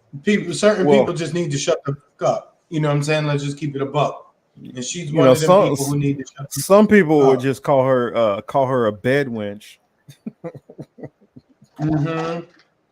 Well, she is a bed wench. I mean, you watch Vicky Dillard, right? You know who Vicky Dillard is? I think so. Yeah, I've probably seen her a couple times. Yeah, she call her bones and bones and biscuits. Oh wow. They shucking and jiving for the bones and biscuits. It is. It is. You know, and the thing is, Candace Owens, she's West Indian too, right? Like, you know, partly like I am. So I'm not fully surprised at some of her takes. However, she goes way too far. So that tells you that she is not in the company of most Black people. And if she is, they all are in on it, and she's hitting them up with some cash, you know, but that is somebody who is basically paid to say the things she says. So do not get upset at her. Just understand that this is an agenda at play. Understand someone is paying that nitwit to just rehash talking points from a larger group. You know, they gotta have, what do they call? Can't even think of what it's called. They gotta have somebody that's basically looks like one of us talking like them, and that's what white supremacists love to do. They get people like her to parrot their message out, and that way they're like, see, this Black over here said it, so you gotta agree that we're not being racist because the Black said it, even though we paid this Black. I mean, it's the same thing. I mean, I guarantee you, if they opened up people like Clarence Thomas and Thomas Sewell, open up they checking accounts and see how much money is coming in from some of these people. But yeah, that's all we got. I mean, we all just BSing right now. And I know it's getting late. I'm trying to think. Do I got anything coming up? I don't know. Me and Jose should have Hebrew apologetics something coming up soon. I'm kind of more waiting on Israel to invade. I've been like, please, just go ahead, just do it, because what people don't realize about the IDF is weak as fuck. They're used to beating up on old men and teenagers and little girls and stuff. Yeah. They have, man, when they fight a real group of like real soldiers, they're gonna get mobbed. Thanks, Kaladin. We appreciate that.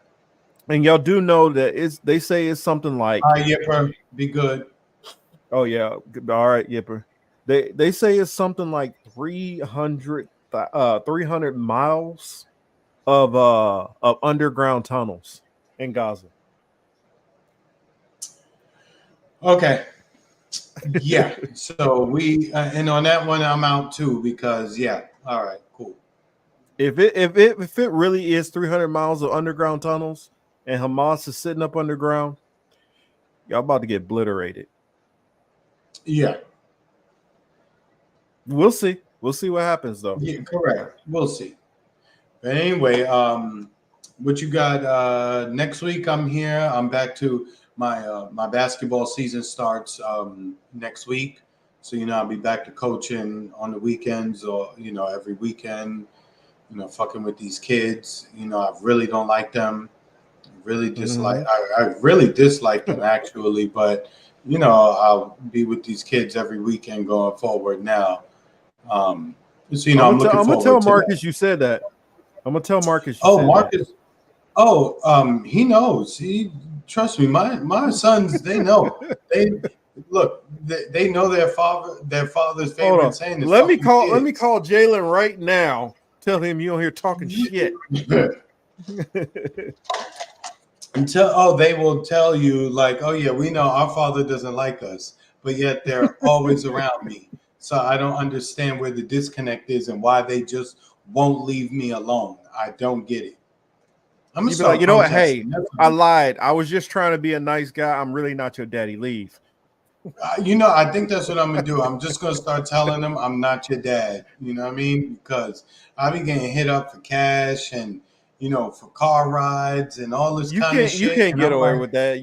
You look too much like them. They look too much like you. Can't get away with that. Yo, it's Too much like Photoshop. you. It's photo. Look, I take a picture with them. It's Photoshop. They try to make themselves look like younger, light-skinned versions of me. And oh yeah, I figure I'll ask this on the air. That way, people can get a heads up to what might be coming. Yeah. What is your schedule looking like towards the? Let's see. What your schedule looking like in November?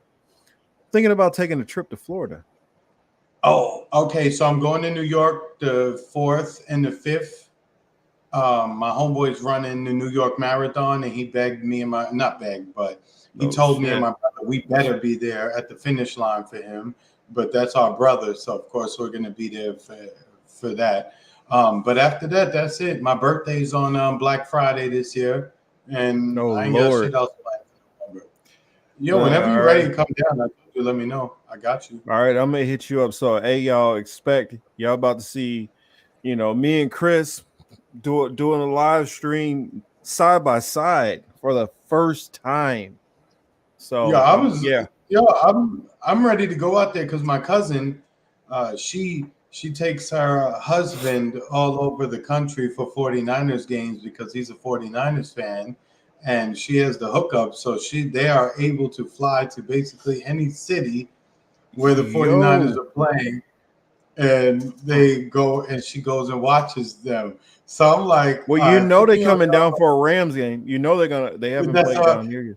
That's all I'm saying. I'm like, yo, wait a second. When they going?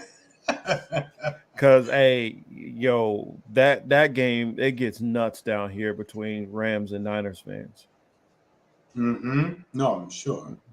Because I'm planning. I might be going to the KC versus Chargers game. I gotta see before it's too late. The tickets gonna start getting ridiculous at SoFi. I bet. I mean, I bet. I've seen I've seen tickets like 1,500. Correct. Hey, I see people slandering Joyanne Reed. We don't slander Joyanne Reed on this program, right? She's a fact-telling, righteous, truthful. Fuck Joyanne Reed. Just like my mentor just like my mentor and teacher Roland Martin, who has taught me everything I know. Oh my goodness. Roland, I don't do I can't fuck with Roland Martin. He's trash. Fucking clown. He's a fucking clown. Yeah, just like Joyanne Reed. I can't. Yeah, but on that note, we'll close.